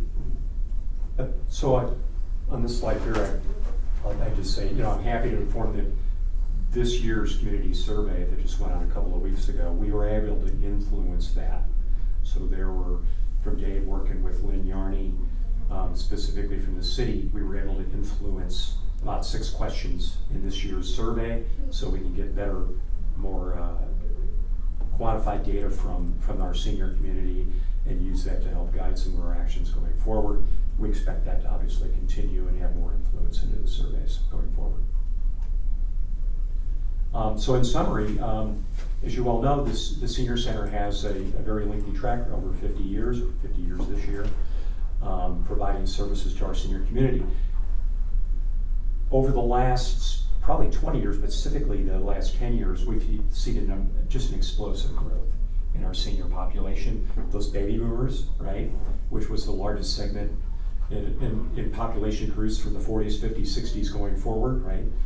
They've all aged out into our senior population now, so we're seeing that, and obviously that's having a tremendous impact on the Senior Center. That's why Ronnie continues to ask for people and space, because it's straining our capabilities to provide those services.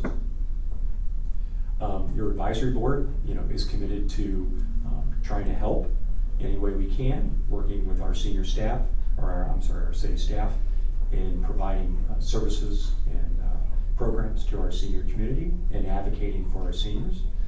Hopefully with the slides we showed you earlier, we've had a tremendous amount of success, and we expect to have success going forward. So my last question that I was going to ask the City Council is does our focus mirror what you're seeing with your constituents in Longmont? Do you think we're on the right track? Do you have any suggestions, comments? To the extent that you can comment now, we'd like to hear back from you. Leave it with that. One question I didn't see answered in there, you may not have a way of getting it, but is there any way you could have the data that reflects how many volunteer hours seniors are currently providing citywide? And in what categories are they working?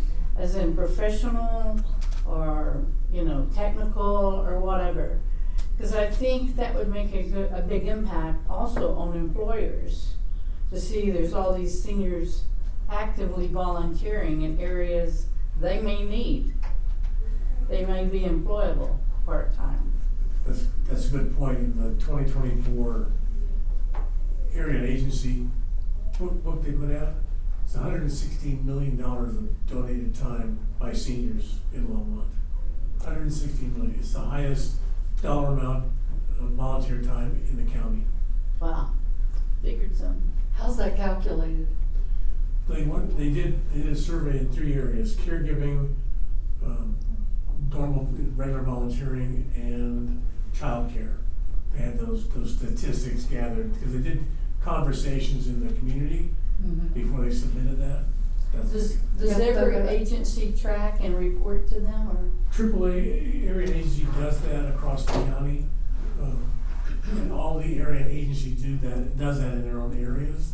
There's a number of them here in Colorado, but specifically when they did the one from Boulder County, we far exceeded even what Boulder, the city of Boulder, and was providing in child care, in care services, volunteer hours.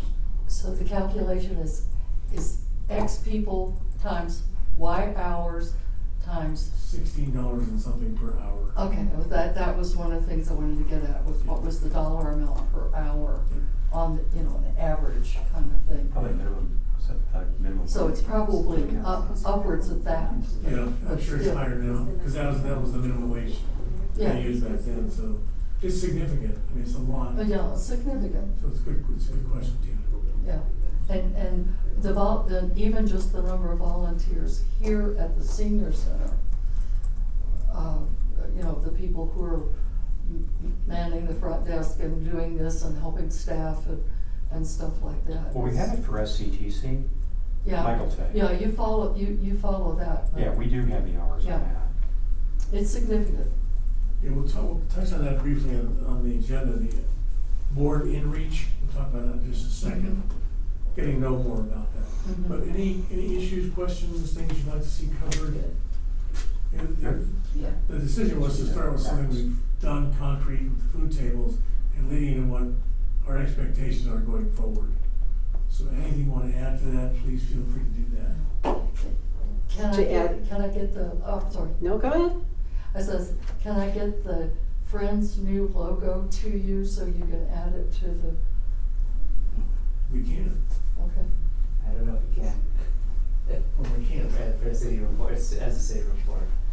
We can highlight them as a sponsor, Yeah. for Yeah, programs. that's in what that I was way. thinking, Yeah. it needs to That be. way, so if there's a way to, going back to Yeah, programs and mentioned. services, if there's Yeah. if there is a space there, then you can put the Friends logo there, that's, the impact they have supporting the services. Right. So Supporting we're getting it in that Yeah. way, piggybacking off of it. yeah. I just think it needs to be Here. there, yeah. Non-employment, here. Here? No. Outreach, We were mentioned specifically.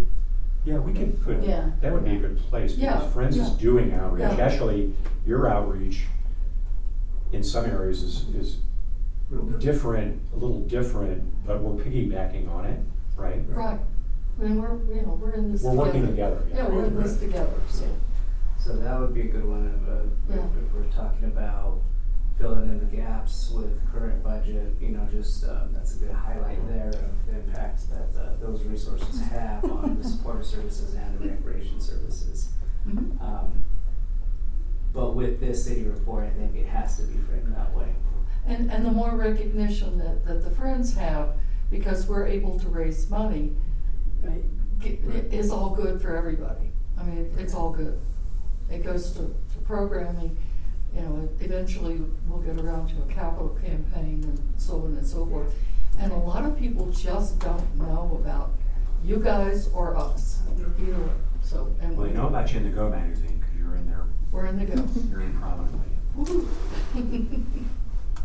You know, let me suggest, another thing that I've been thinking, because of the people that we have coming from Boulder or Lafayette, that they enjoy it and they don't have it.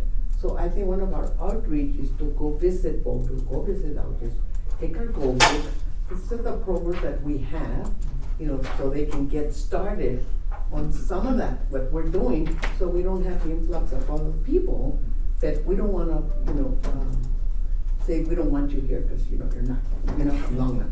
Yeah, I mean, sometimes they feel we can, because we're not from Longmont, but they are wanting to come here, because they enjoy what we have here and what we do.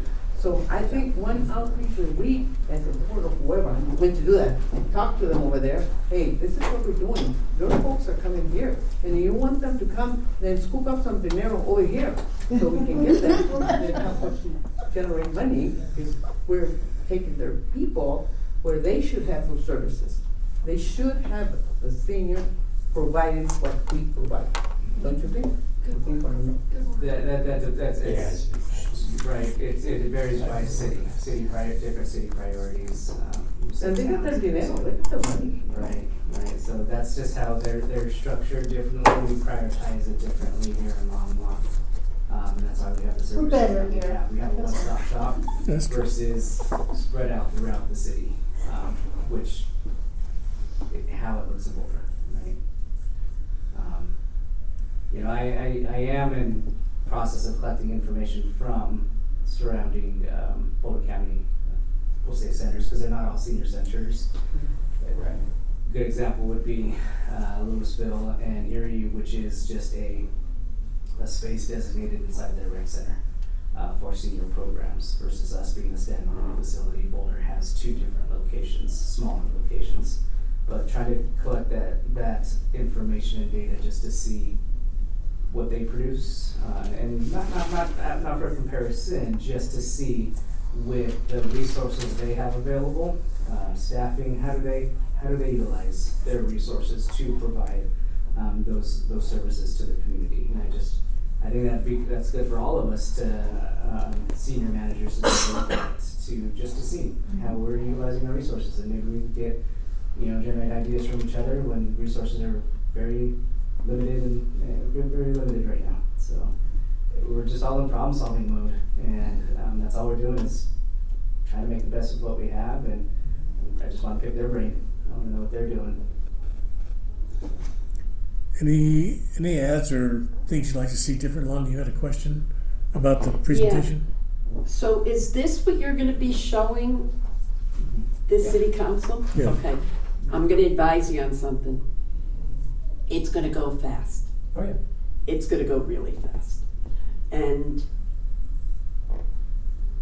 as much as you want to explain things further and kind of branch out on every topic, I would stick to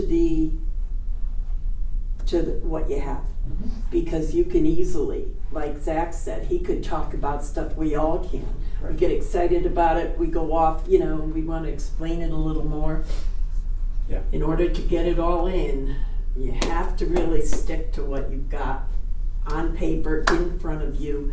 And you can say, I'd love to go into this more, but I'll be happy to speak afterwards, anything like that. But really try to stick to what it is. That's a lot of information, and it's very comprehensive, and it's very informative.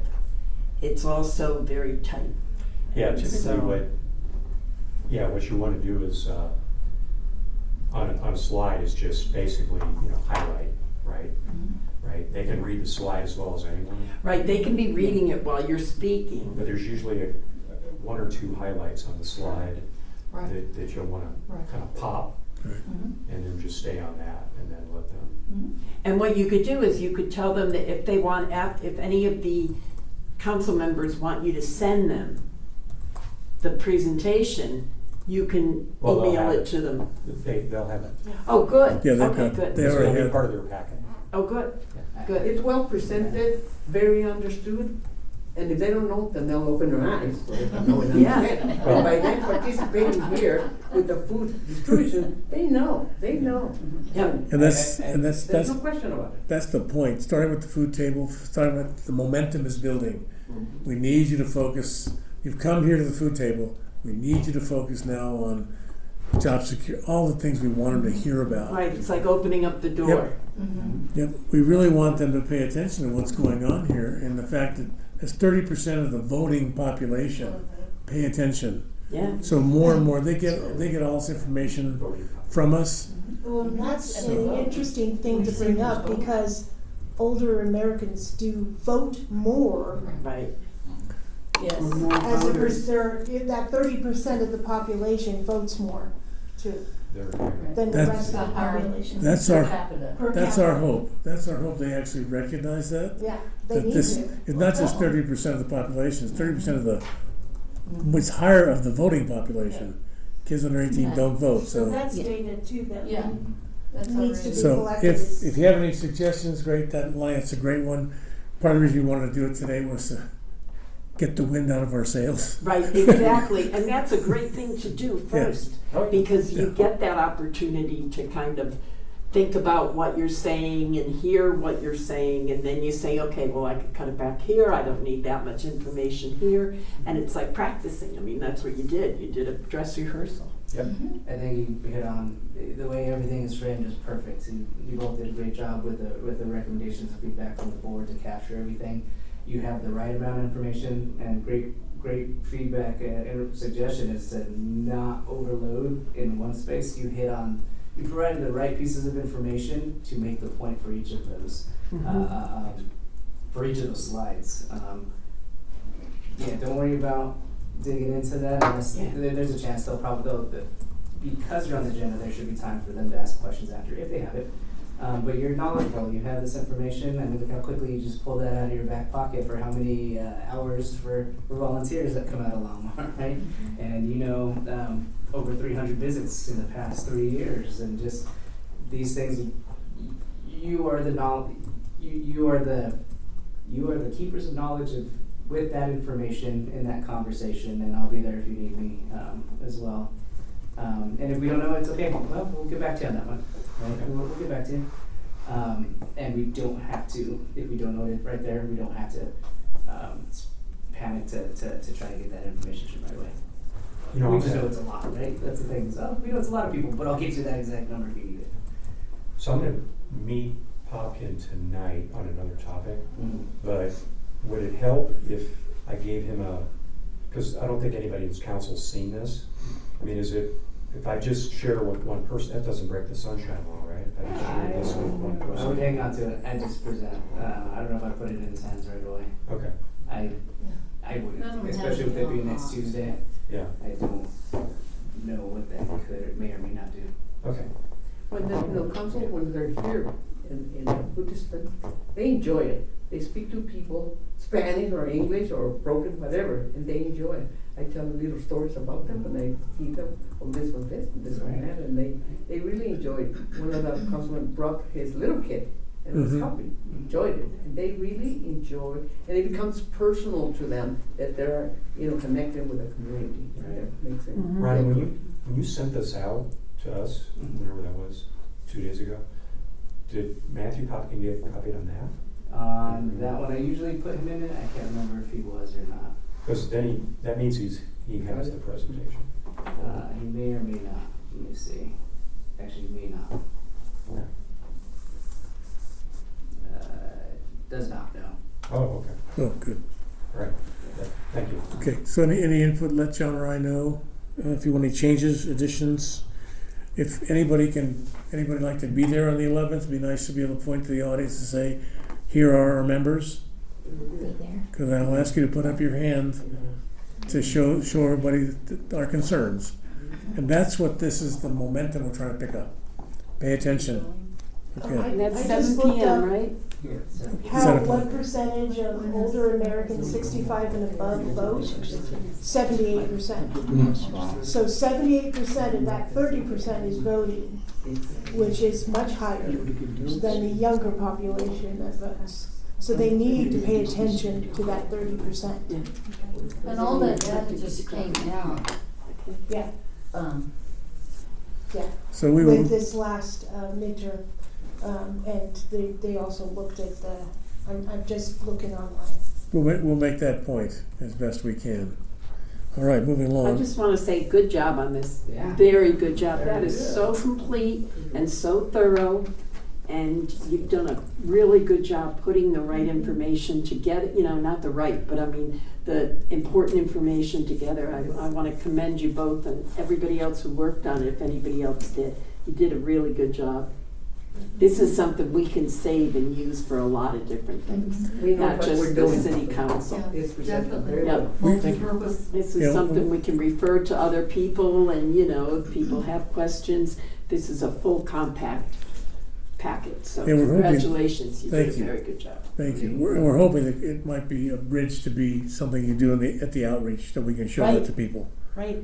And in conjunction with the Friends are doing with their new logos and their new brochures, whatever.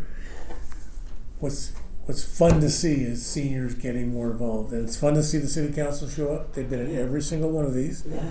The mayor's been at least 4 or 5, so they are paying attention. We just need to keep the momentum going. So, Right. thank you. And You've been to a couple. to please put Martha's picture in there. Moving along, the Friends have paid for a booth for us in the Unity of the Community, August 28th from 4 to 8. We're looking for volunteers that can help man the booth, person the booth, be there. So the Friends have already signed up to do some help there too, and thank them for paying. Oh, I know, the excuse of your son's wedding, come on, go ahead. That's more important. Can you believe that? Oh my God. You can get there late. Lonnie will write an excuse to say, "Look, Lonnie said I didn't have to be there till." Right.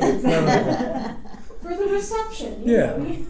My father used to always say that he had 5 girls. So He who said, I all? don't need to be who at the all wedding, I helped? can meet your Martha? mother at the reception. I saw Lonnie put up her hand. What was the time? 4 to 8. So It was 4 to 8. the information from the chamber is coming out slowly. The week of the 17th is when they do where we're going to be and what have you. But I just need to know people who be willing to be there. Probably 3:30 to I was gonna say. 8:30 to set up and tear down. Yeah, so I can't stay till late, but I can cover the first couple hours. Okay. I can be there from John. 3:30 to 6. It'd probably help to be there for the setup. Yes. Thank you. You can take off. Anybody else? I think we have 4 or 5 people and friends also who are going to be there. So we'll make sure we have lots of tables and chairs. And I'm going to see if Zach's going to have a booth. Maybe he can share the water stuff with us. We'll see. I'll ask him. We have a tent. And then we'll connect to Okay. do the tent. That's because you have the tent. Okay. Okay. Great. Thank you all.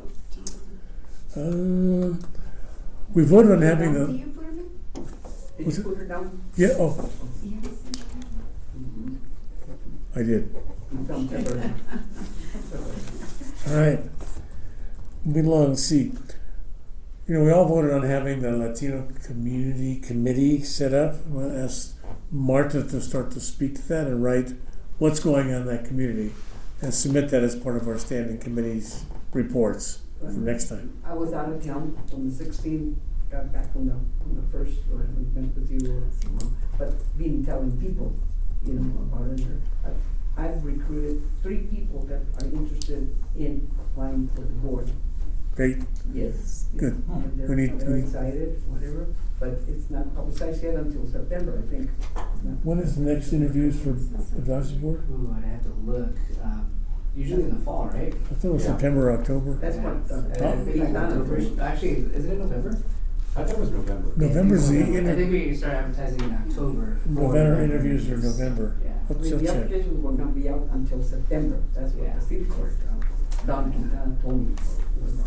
I'll check. I'll look into that. I'll check for sure. Okay.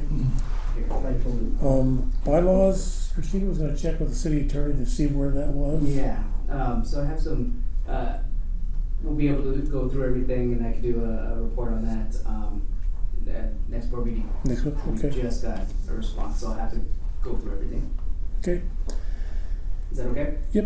Okay. And advisory board in reach, it's just some clever way to say, it came up here.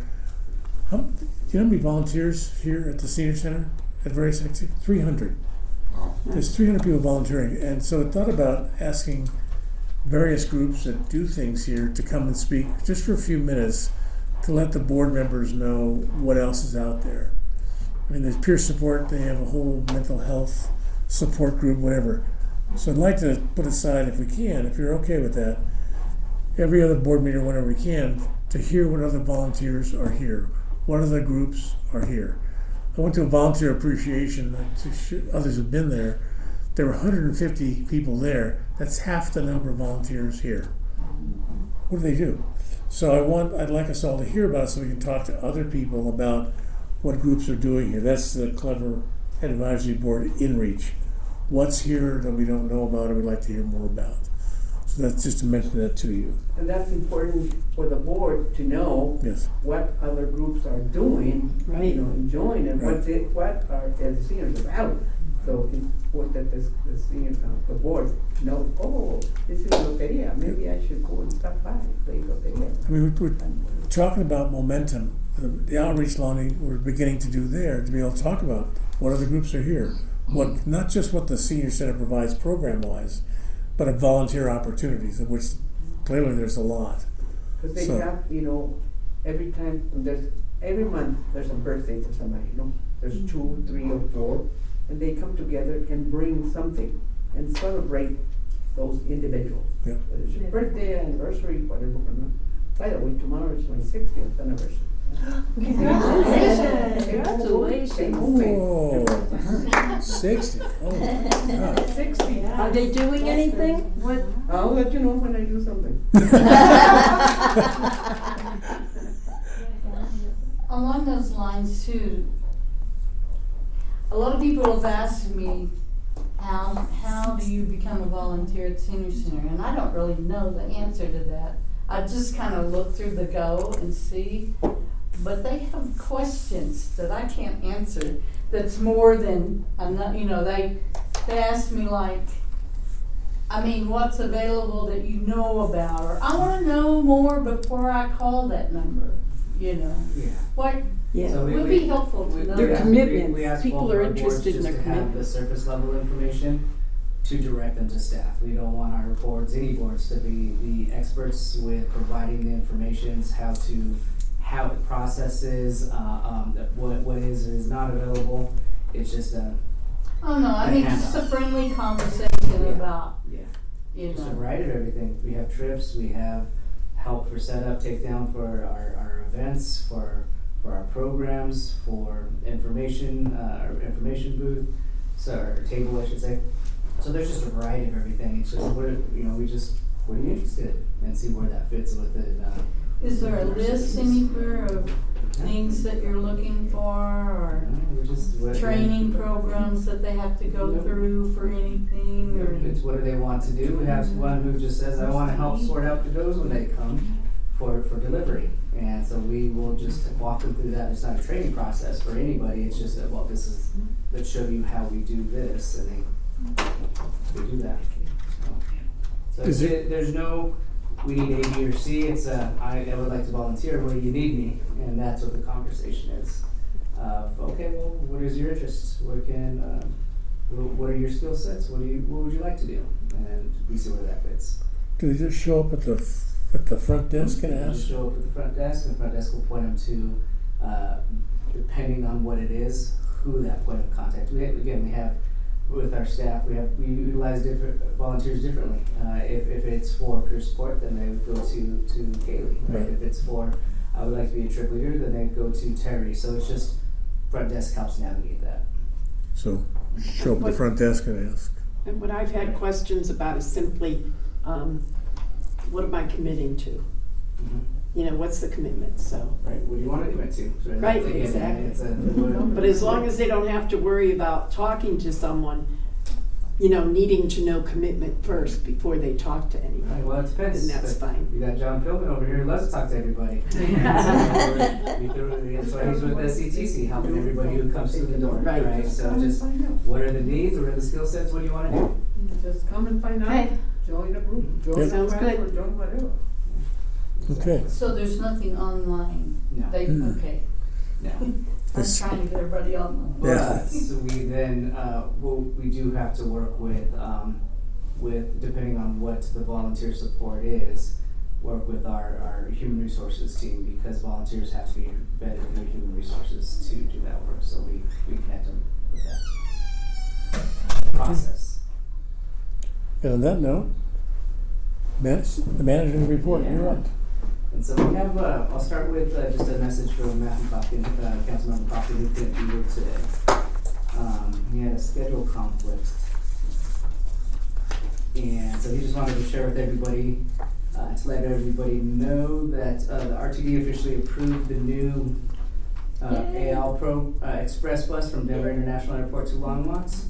That service will start September 27th. Oh, that's And great. Longmont will have That's two awesome. stops, 8th and Kaufman, and Longmont Park and Ride, 815 Main Street. So the route map schedule is attached, and I can send that out to the board after this meeting. 5th and May. And it is $10 for an adult, $1.35 for seniors 65 and greater, Wow. with ID and proof of age, and free for children 19 years and younger. You'll send that out to us? Yeah, I'll send that out to everybody. That's Can awesome. you repeat it?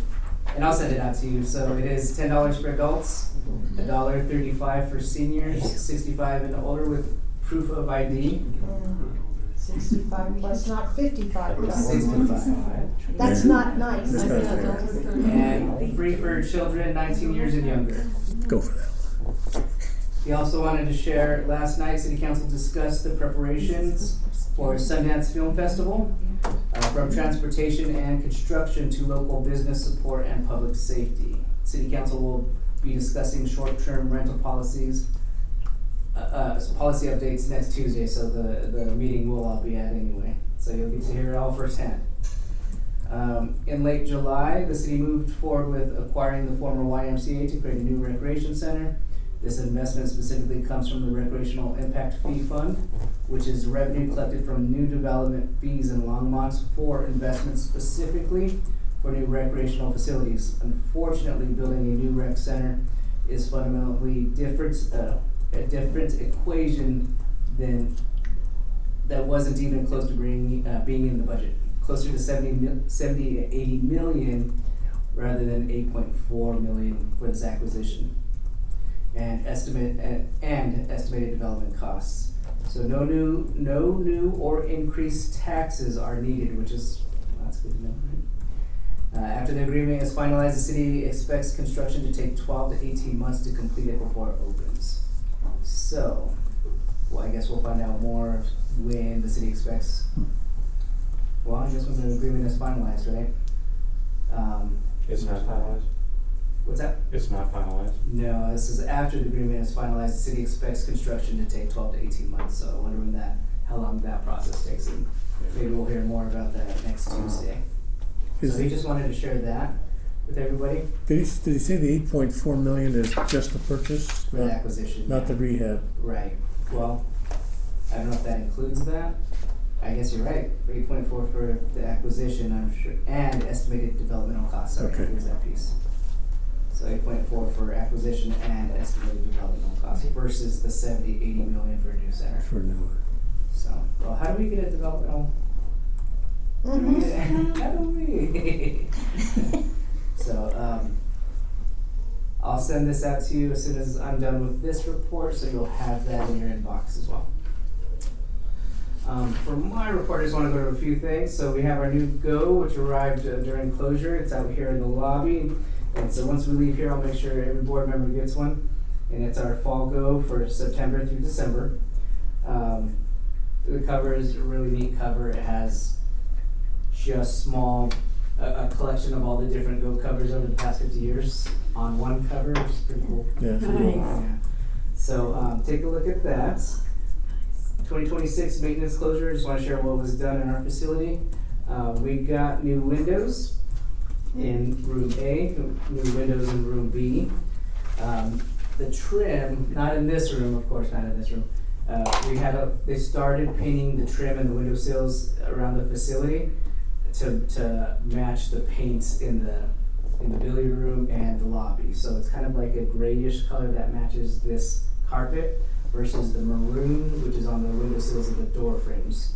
So half of our building has gray door frames and windowsills, and the other half will take place next closure next year. We also had just our normal annual cleanings, so carpet cleanings, cleaning the tables, the windows, the chairs, as well as our gym floor being replaced. Well, they strip it every year and redo it. So we got a lot accomplished this closure, and this building feels great. I know a lot of you, since I've started, a lot of you on the board, I'm sure you've seen a lot of transition, Dave, since you've joined the board 4 years ago as well, and it just feels good. And even when we had we had Zach in here, he's like, oh wow, you guys have smartboard. He's like, that's a huge upgrade. He even mentioned, I don't know if you heard him before the meeting. He's like, before these, he said, I remember coming in here and the projector died out on me, so I just had to wing it. And so it's good to know where we're at, and that's why we don't have major needs right now outside of staff and space. You know, I will say too that which is a good problem to have. This facility is really well maintained. And if you want to see a stark contrast, go to the Civic Center over at 350 Kimbark and walk through their atrium area. It needs a lot of help. So we got a lot done during closure. We were in our presentation mentioned the impact the advisory board had on developing those questions. Just want to share the information I received on the survey, that there's no results yet, that at that point they were still receiving responses, but at that point it was communicated that this year's response doubled the 2024 responses, which is good to know that we're getting assessing a great pool of our community. The goal is to have an October presentation to council on those data results. So October we should hear more about that information. We also heard more about the needs for senior employment. Just want to share where we're at with the job fair information. The job fair information coming here out of the senior center. So it is going to be in the City Talk article, August 10th. It's just a little blurb about what this opportunity offers, right? 55 and greater job fair here at the senior center, September 15th from 11 to 2, and an opportunity to meet with employers, an opportunity to have your resume reviewed and interview strategies as well. Ronnie, the October presentation to the council, is that just on the results of the survey or specific to the senior center report? Results of the survey. Good. Yeah. And then last impacts, so also just want to share back to, just what we've been talking about for the past 6 months, 7 months, just the challenges that we're seeing from our seniors and just the cost of living and just the impact it's having. So what we've seen from our resource specialists is just, it's not really a trend, but we noticed in June we saw a little bit more of that. We're just hearing more just the impacts, how rent is impacting the cost of living. Unaffordable housing for many seniors, struggling to keep up with utilities and rent. So we have a lot more requests coming through for last resort supports to pay for some of those utility bills. And there has been a couple individuals walking through the door sharing that they want to return to work, but they are having either trouble getting interviews or just the true state of their physical abilities and the impact that has on their ability to go back to work as well. Yeah, definitely. I can comment real quick on that from what I'm seeing. Just again, the SCTC lab, we see get a lot of those because they're wanting to sharpen up on their skills. But it's interesting, like one person in particular wanted to get back into his old career, but he admitted that it was extremely difficult. Age discrimination's out there, and he's, you know, he's running against, you know, kids, or not kids, but young adults that are in their 20s that have tried to do the kind of job that he was doing when he retired at, say, 65, right? Now he wants to go back into it. And so I was like, well, have you considered maybe wanting to do something different, you know, that's outside of your historical, you know, he was a process automation engineer and that kind of thing, so you have to kind of manage expectations, right? Right. What you're capable of. And so that, right, that's the conversations, is managing expectations with ability, with Yeah. skill sets, with opportunities that do or do not exist right now, right? So it's just, it's not an ongoing trend, it's just something that was noticed as we're going through the data for June. Ronnie, as you see something like that employment's becoming an issue, does that figure into your request to the council for additional staff, that you're able to focus on an area you see coming? More seniors need work. How do we Right. It's hard job to narrow train? down to, I mean, if we're looking at the needs, right, the work that this board has done is really nailed down on huge ones right now, which is housing, transportation, and it's hard for us to be experts in one space, Right. and help problem solve just that one thing when there's a lot of resources that provide those supports. What I mean is it's a better use of our staff and skill sets and can meet more needs when we are helping connect the supports that do exist for all these different needs. So being able, what I'm trying to say is we're able to support more seniors in our community when we are knowledgeable with all these different resources versus just one, if that makes sense. So can it impact it? And that's just another layer of, we need more staff because of. Right. We need more staff because we're seeing more needs in all these different areas, and we need to help connect those dots for the resources that do exist that can help support meeting basic needs for seniors in our communities. And that's really what it is basic needs. John, look at it this way, I mean, if you could see an incremental growth in employment need, Right. and then coupled with some sort of, you know, financial assistance need, and this need and that need, I would imagine that adds up to an FTE. A resource. A resource. Well, I mean, it's an opportunity, workforce, right?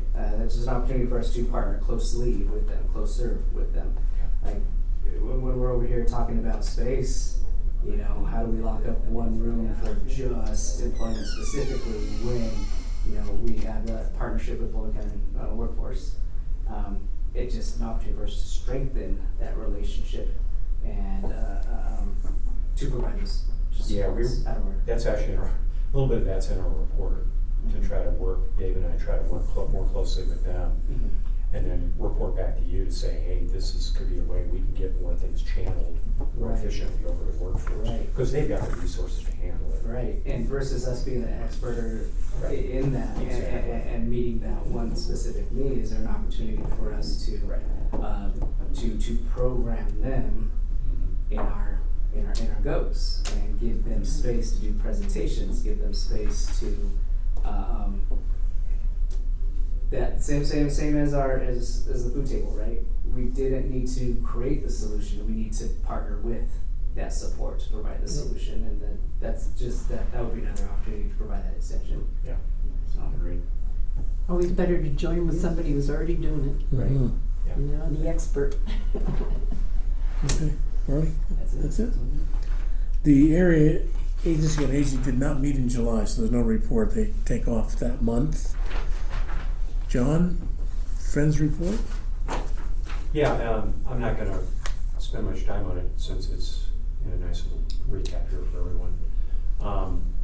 I thought the Jay Cox presentation from High Plains Bank was quite enlightening. I mean, the bottom line is we're we're a benefactor from the relatively strong investment market right now. Return on investment's been very good, right? Donations have not been, we knew this going in, right? Donations have not been really where we want to see them currently, but there are a number of programs in the works with Friends to do more outreach and to boost your donation, whether it's one time or recurring. So I was very pleased to see that. Is there anything else on That's been a real strong focus for the Friends under Karen Roney, is developing the ability to market donations here, and it's just starting to build some momentum with the new computer programs they have. Yeah. Pretty extraordinary where they're going. Yeah. Just wanted to point out kudos to y'all for providing the $300 for us to be able to have our booth at Unity in the community. So we're looking forward to that. Unanimous support for that, by the way. Thank you. And Thank you, guys. Golden Jubilee, let's see. Yeah. Actually, looking for inspirational speakers. I think one of those potentially was somebody I work with, Bobsky Masan. Maybe to have him. Do you have any update on that? No, well, Karen's really working on that, contacting Okay. people.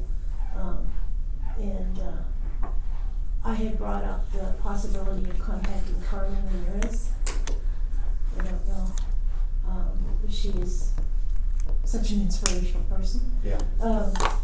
But we're wanting to do the day before the Golden Jubilee celebration, a gathering for our donors, a donor appreciation event, to talk about the Golden Jubilee and also thank them for giving.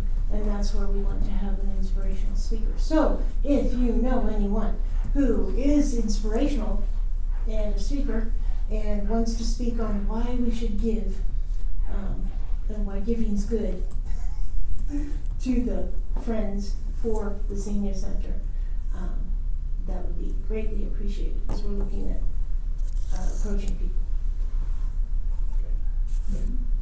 That's all I got. I do want to spend a second on what the board did do, the Friends board did do on changing one of their donation categories to reflect the food cart. That's a big deal. And now for years it's been general, STC, SCTC, whatever. But as of the next printing of donations, they're going to include the food cart supporting that. Yeah, so the genesis of it was people that, for whatever reason, couldn't donate food, but said, hey, I'll chip in $20 or whatever. Right. They've now got a means to take So- that, track it. So you can now donate money. And you can take it now. Yeah. That's what Yes. I didn't know. Yes. Yes, we We can can now now, we take it. voted and we can now Yeah. take it, yes. And, And specifically for, for the food cart, Yes. there's there are 4 designations. One's a general SCTC is another one. yeah, The last resort is a third one, and the fourth one is the food cart. So you take your mark. And we're having a new brochure and new envelopes and some other minor collateral stuff is just about ready to go to the printer. So we're getting there. It was nice to see is that started with the food table.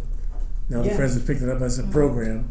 Now we're picking up donations for it. So again, that's the momentum that this Yeah. board is creating. Right. So congratulations to that. yeah. And if you'll notice, when you leave today, I loaded the food carts this morning, loaded them. And somebody had brought a very kind, generous donation of food. I incorporated that. And if you take a look at them now, it's almost all gone. Yeah. The need is there. And people were asking yesterday morning, at 8:30, people were already at the front desk asking where the food carts were, because Denise and I had taken them down, for the maintenance and everything. We didn't want them to be in the way, and we put them back in yesterday morning at 9:30, but at 8:30, people were already asking. They probably thought that they got removed and weren't Yeah. coming back or Right. something. That they were a little Yeah. Yeah, they concerned. were asking if it was coming back. Yep. Yeah. Good. So good work. Okay. Anything else? Eric, sustainability, Duty tomorrow. 5:15 at the food hall. Okay, good. That's great information that Zach had. Really Yeah. good. Employment, John, Dave? Dave, you wanna take this then?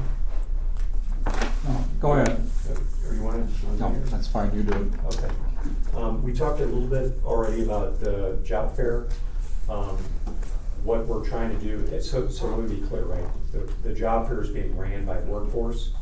The seniors, we're providing the space, but they're providing really all the other coordination.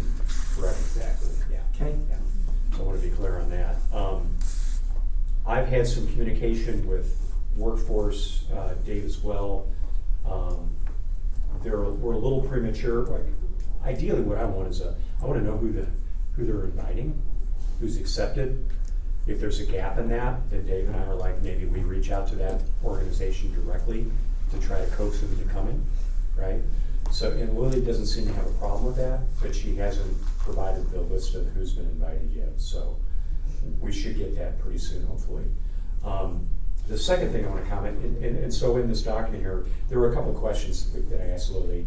I posted her response, and there's more responses that we need to get from Lily. But the other one I think is really interesting is, so let's say you go to the job fair and you're interested in a particular employer and you want to reach out to them. So as some of us know, right, if you put a call into HR, they're probably not, hey, I'm looking for a job. That's not going to get answered, right?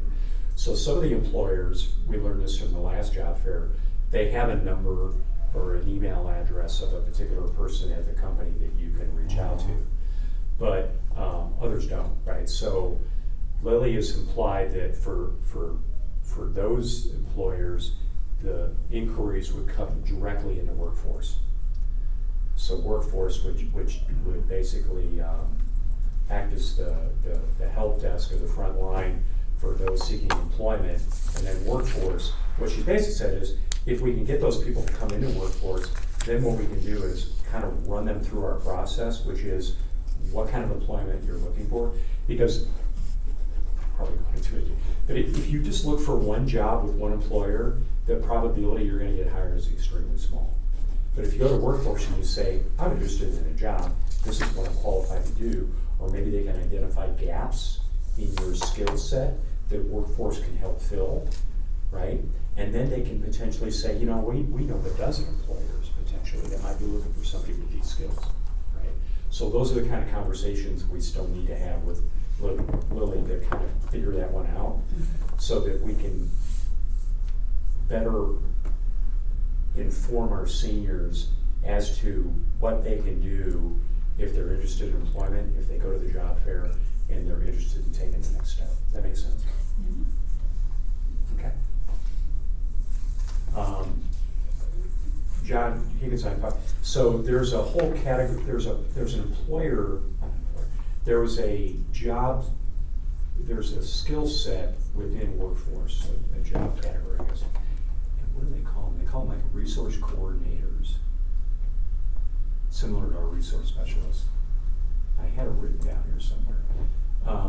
Dave and I want to set up a meeting with Lily and basically ultimately with one of these coordinators to understand what they do. Because right now, she keeps throwing out the term, and those are the people that they'll contact, but we don't know what they do, right? So we want to understand better what they do. And of course, I was just thinking, when I was looking at you, I'm going, and I don't know what bilingual skills they have. We know Workforce has bilingual skills, right? That was actually brought up when Lily was here last time. Remember, you had brought that up. Let's see. Touch on the chamber events. Oh, yeah, towards the bottom here. So there are a variety of chamber events. Actually, I found out about this through Friends, because Friends is kind of taking the lead on that. We attended a chamber event, breakfast chamber event with Sam's Club a few weeks ago. I thought it was interesting, well attended, extremely well attended.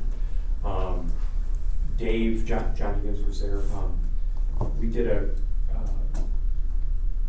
I think we did a good job of trying to inform those folks both at the chamber level and at Sam's level, who we are, what we do, how seniors, try to get, hey, think of seniors. There are a few others that are coming up. One that I'm gonna attend is Costco. They're a big employer in Longmont, right? So there could be an opportunity for seniors at Costco. And when's that? The Costco one,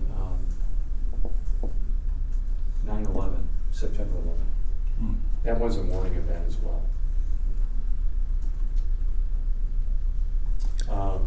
If you want the complete list, I don't have it handy, but I do have a scanned copy of it. Do you guys have electronic at your chamber list? I have it. You have the electronic copy of it? I'll send it to everybody. Okay. What's interesting, we're just talking to various people and trying to pinpoint the ones that look like seniors. Talked to 4 people who are seniors, didn't know about the senior center. So it's a good opportunity. I invited them here, we'll give them a tour or whatever. Gives a good opportunity just to meet people who look like seniors and talk about where we're going here. Because they all represent employers, or they are employers, so they have some group of people we'd like to make our services at least available, or at least indicate to them. Took one person through here from the Longmont Men's Choir Corps. I forget the name of the group he represented. Oh, yeah. He was recruited too. He was. Can you sing? Yeah. If you go there, expect to be promoted about what they do. So, but it's fun. But it's well attended, as John said, and the breakfast was nice. And good to go to. Yeah. Wear your name tag. Yeah. Exactly. That's all I have. Next breakfast, make sure you tell us. What's that? Make sure what? Next breakfast, make sure you tell us. Or bring breakfast back. Okay. Dave, board advocacy? No report. No report? Nope. Okay. And food table, Eric. Last month was very successful. We had about 78 people and over 205 people represented. It starts again this Saturday, so volunteers. This Saturday. 3, 4, 5. I'm leading a trip to the Peach Festival that day. Yeah. That's what's happening that day. Yes. It's going to affect the. So what do we do with those people? They want What's that, the they want- 9th? I said, well, you choose. Yeah. Your food, Eight. peaches. You gotta eat peaches. All right, thank you. That's a real shift. The number of people coming is staying pretty consistent, but the number of people being fed has started to go up. So thank you all for participating. Well, and when did the latest round of SNAP reductions happen? That was The end pretty of Yeah. July. Just happened. Just Yeah. happened? Yeah, There's a good chance we're gonna see a bump more people. in September. and- Yeah, because keep in and mind, I mean, August. they're 55 plus, but like, there are a lot of them, like there's one lady that seems to come all the time and she's taking care of her grandkids, Yeah. Yeah. right? So she's getting. We get a lot of those. Yeah, Okay. okay. Open discussions. One thing I want to see: who are there people that you all would like to see come present over the next few months? Someone from the chamber, any groups? Let us know so we can get speakers that you're interested in hearing. I thought Zach's presentation was great today. It was very good. When City is Harold coming? Yeah. We'll see. Yeah, no. He May- doesn't need to come before May. budget though. June. Hey, John. Yep. When did Longmont Housing Authority last present? Do you remember? That this was is- 2 years ago. Yeah, it's been a while. probably. We can get Quincy and I'll think of her name, but yeah, we can get them in here. Yeah, peer support just went out to Quincy, and we're on schedule the peer support group to go and speak to them over the next 3 months. So love to have them come back. It's a great idea. One of the former city council members is now in a position at Longmont Housing. Do you know who I'm speaking of, Ronnie? Chiquita.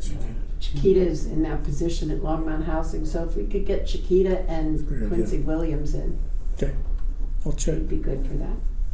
Any other groups you'd like to hear from? You know, LMAC, I don't know if they've ever come, Longmont Multicultural Action Committee, which is part of the city, all of the organizations in Longmont, so they can share what they do, what their purpose is, and who's all involved with them, as well as St. Brain Community Council. You know, they have, you know, all organizational profit and non-profit that they meet at the Presbyterian Church. They have a monthly meeting. St. Brain Community Council. At Westview? Do you have any contact? Yeah. Do you have any contact people we Yeah, can? yeah. Can you let me know? Luis Chavez, yeah, I'll give you the number. Okay. He's the one that, you know, present the program. That's where I said we should present. and do. Okay. Anything else? I have a question. Under open discussion, that's where we are. Yes. Okay. Going over the new Go, beautiful, looks great. Didn't notice anything about the advisory board. Did I just miss it? It's there. We need a picture I of have it. the advisory. I don't have it in front of me. What do you mean about the advisory board? Oh, yeah. Just general information like there was in the last one. Yeah, I don't think we took that out. It's there between. And I probably missed it, but just Yeah, making sure. yeah, we definitely did not remove. Those are always like long-standing pieces in the Go. So, Where would it be? Yeah, I'll go through it. Okay. They have the announcement for the anniversary that's gonna happen here on November 17th. There's some parts that are set in there. Wanna walk them? Saw it yesterday. I think there was something maybe on the first page or something already. Okay. Take a look. Lonnie, that is anything on, in anything on our- outreach? Page Yeah. 10, page 10. It's, City Council appointed board members the first Wednesday of every month, 10 a.m. to noon. We need to fix that. Well, possibly we might need it. Well, we want to cover there that. it is, there it is. I was looking for it. Look at your all name, David Brenna, Eric Brack, Just forget. Maria Guadalupe Garcia, Lonnie Dooley, John Higgins, John Pillman, Martha Moreno. So you're famous. Famous. Make sure you have All the copies. books they came out. Yes. Please contact the City Services Manager Ronnie Manus, who will forward you to John Higgins. Okay, just making sure. Thank you so much. All right. Page 10. Lonnie? Yeah, I actually am just gonna run through this real quick. We did John did a presentation at Village on Main. It was very well received. And it was very informative about what people were asking about. So we're gonna continue to kind of pay attention to what people have questions about and be ready to answer that and be ready to address those. The next one's going to be at Aspen Meadows, and I'm booked for September, I think it's 11. One was very excited to have us come in and talk. So what I could use, Ronnie, at one point you mentioned having quarter-page flyers made up with the barcode on it. So if there's any way I can get that for the Aspen Meadows meeting, Yeah. that would be So- helpful. Then we won't have to bring Go books. Perfect. I have one that we already created. Do we know when that exists? I can send that over. Excellent. Lonnie, All right. Where's Aspen? Is that off of? Aspen Meadows is off of Main east onto 21st Street. Main and So if you go up to Main and 21st and you go east, it's about 2 blocks in. There's Aspen Meadows Senior Community and Aspen Meadows Apartments. So apartments are for families and all that, and Aspen Meadows Senior is it. I spoke to Quincy Williams, who is the regional director of LHA, and I asked him what he thought of us presenting at all of the different properties, and he didn't think it was necessary for the ones that are mixed residents. He thought that really only the ones for the seniors would have a want to have the information given to them and stuff. However, that we could provide, and I think we already do, provide the Go books to all of the residences, so that the ones that have families and stuff like that, the managers will know to give those Go books out to the people that are seniors. He just didn't feel that there would be enough participation. However, should he find out, and should I find out from talking to these individual managers, that it would be a good idea for us to come and do it, we'd be happy to do it. So that cuts out about 4 of the properties, the 8 properties. So we're gonna continue doing this. One thing I wanna stress, because we all know this, Zach brought it up real well when he said everything's a juggling act. You know, we don't wanna go out there and get a lot of responses from people and have them come and find out that the wait lists are really long. I don't wanna overpromise and underprovide. So this is gonna be a slow process. This is gonna be one we expect to do for a while, you know, a long time, ongoing, actually. And anywhere we can do it outside of just seniors is also gonna be beneficial. Like, we're gonna go, I'm setting up an appointment with the Twin Peaks Rotary. It's not just gonna be properties that I'm doing. I'm gonna be doing community groups because they're great fundraisers. They're great funds givers. You know, I wanna stress to them that yes, if you wanna make a I wanna stress to them there are opportunities to support the senior center. Whether you know of someone who could use the information, whether you personally could use the information, whether you as a group would like to make a monetary donation to the group, which we can do through the Friends of the Longmont Senior Center. That whole sort of thing. I also want to stress to them, if you need a meeting space and you want to rent a room right downtown, they're available, you know, per the scheduling and everything else. But it's also an option to maybe, you know, make some money for the senior center. So these are all going to be things. Not invite them to come because we cannot have more than what we have already. Wait, say it again. Telling them the information that they can donate and is what we do, but we can't set for them to come because we do not have space for them. So if they want to come, join, they can because we don't have the space. Is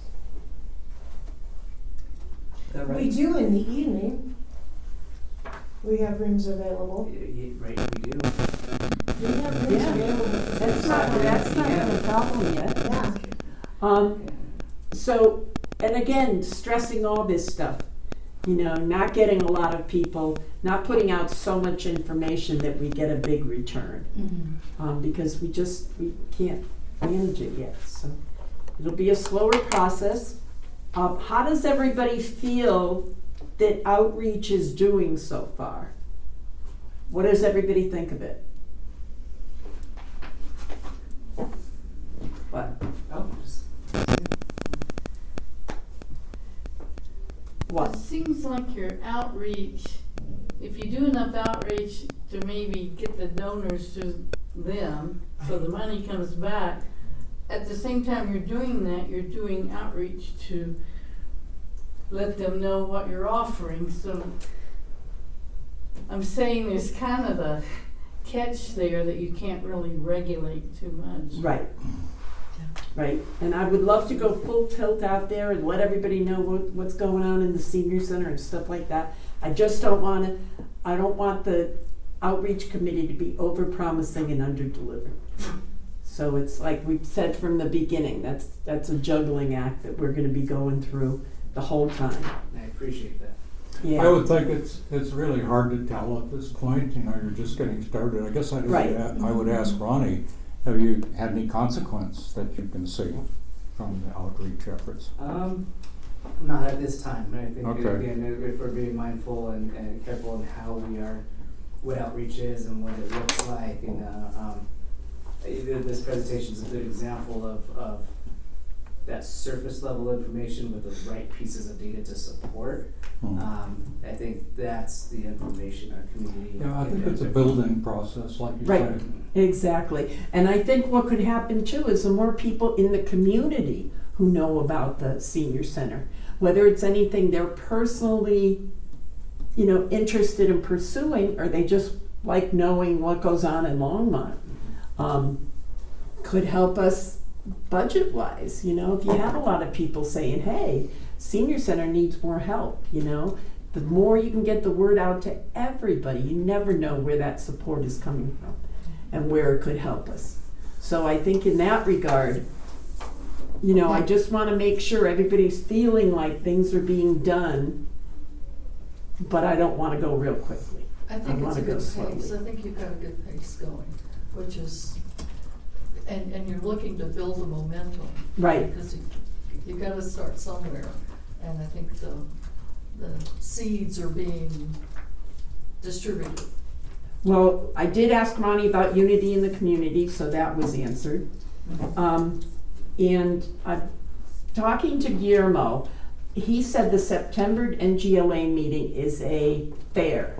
It's groups from all over the city who come to represent themselves, and people walk around and see what's going on. I would very much like to be a part of that. I've been calling in for 2 weeks and I haven't gotten any answer yet. That's a good one, So I would like everybody to plan on that. I believe it is, the September meeting is Thursday, September 17th, 6:30 to 7:30. Where is their new location? Does anybody know? The Civic Center in GLA. Yeah. Oh, yeah. Civic that's right. Center? They're meeting in the Council chambers. council chamber. So if everybody could put that, you know, save the date for that one. Again, September 17th, 6:30 to 7:30. I think that'd be a good way to get out there. Also, we're speaking at the October NGLA meeting, just us. It's not gonna be a fair, it's gonna be a regular meeting format, and we're speaking at that. What date and time is that, Lonnie? October would be the third Thursday of the month, so I don't know which that will be. But the NGLA meetings are always the third Thursday of the month at 6:30 to 7:30. So 15th. 15? 15th, okay. October 15th, good. Okay, so considering everything we've talked about, I'm wondering if it's necessary to have the extra time in the meeting for outreach. Originally, we did it because we couldn't get together and meet, the committee to meet, because of the open meeting laws. So my idea is, and I'd like to get everybody's idea on this, is that we don't, well, look at it, it's 5:12. Yeah, right. Yeah. All right, so I guess we could continue to do this, and then if it just means the meeting ends early, the meeting ends early. And then if down the road we find out that there's been a big change and an adjustment needs to be made, then we can do I it. think as you get more momentum, it might Yeah. be time well spent, so, and Zach spoke for a long time, which is great, so. So it was nice having the extra time in the meeting, I guess. I think so too, for And now. then, yeah, I do Okay. agree. I think at some point we need to get back to historically the time that we had allocated for years, right, which is 2 hours. We need to work towards 2 hours. Maybe not today, not now, maybe not for the next couple of months, maybe not for the rest of the year, but I just feel strongly. And I think and as far as people speaking, including myself, because I can be long-winded, we just get people to be a little more focused. Straighten it up. Let Margaret talk. If we need to. You don't want that. for the record, Eric wants to go back to 9:30 to 11:30, you already told me that. What we used to do, we used to put time limits on each one of these agenda items. Right. 5 minutes, 10 minutes, so that way we know kind of what we're working towards to stay on track. So if we need to go back to that, let me know when we're agenda planning. Yeah, we use the time we have, so we have, was it 10 to 12? Mhm. It used to be 10 to 12. Well, let's keep going for another meeting or two, see how it goes, and we Yeah. can decide it later on. Yeah. Okay. But if we do keep it shorter and outreach doesn't need to meet committee meeting in the middle of the meeting, then we might be able to bring it back down to 2 hours. Well, all right. Okay, does anybody have any questions about outreach or anything else? Marta, I love what you're doing with reaching out in the Spanish-speaking community. I think that's also very important. Yeah. Your purpose in life. Yeah, Good night. it's what you live for. Anything else? If you need anything, let me know.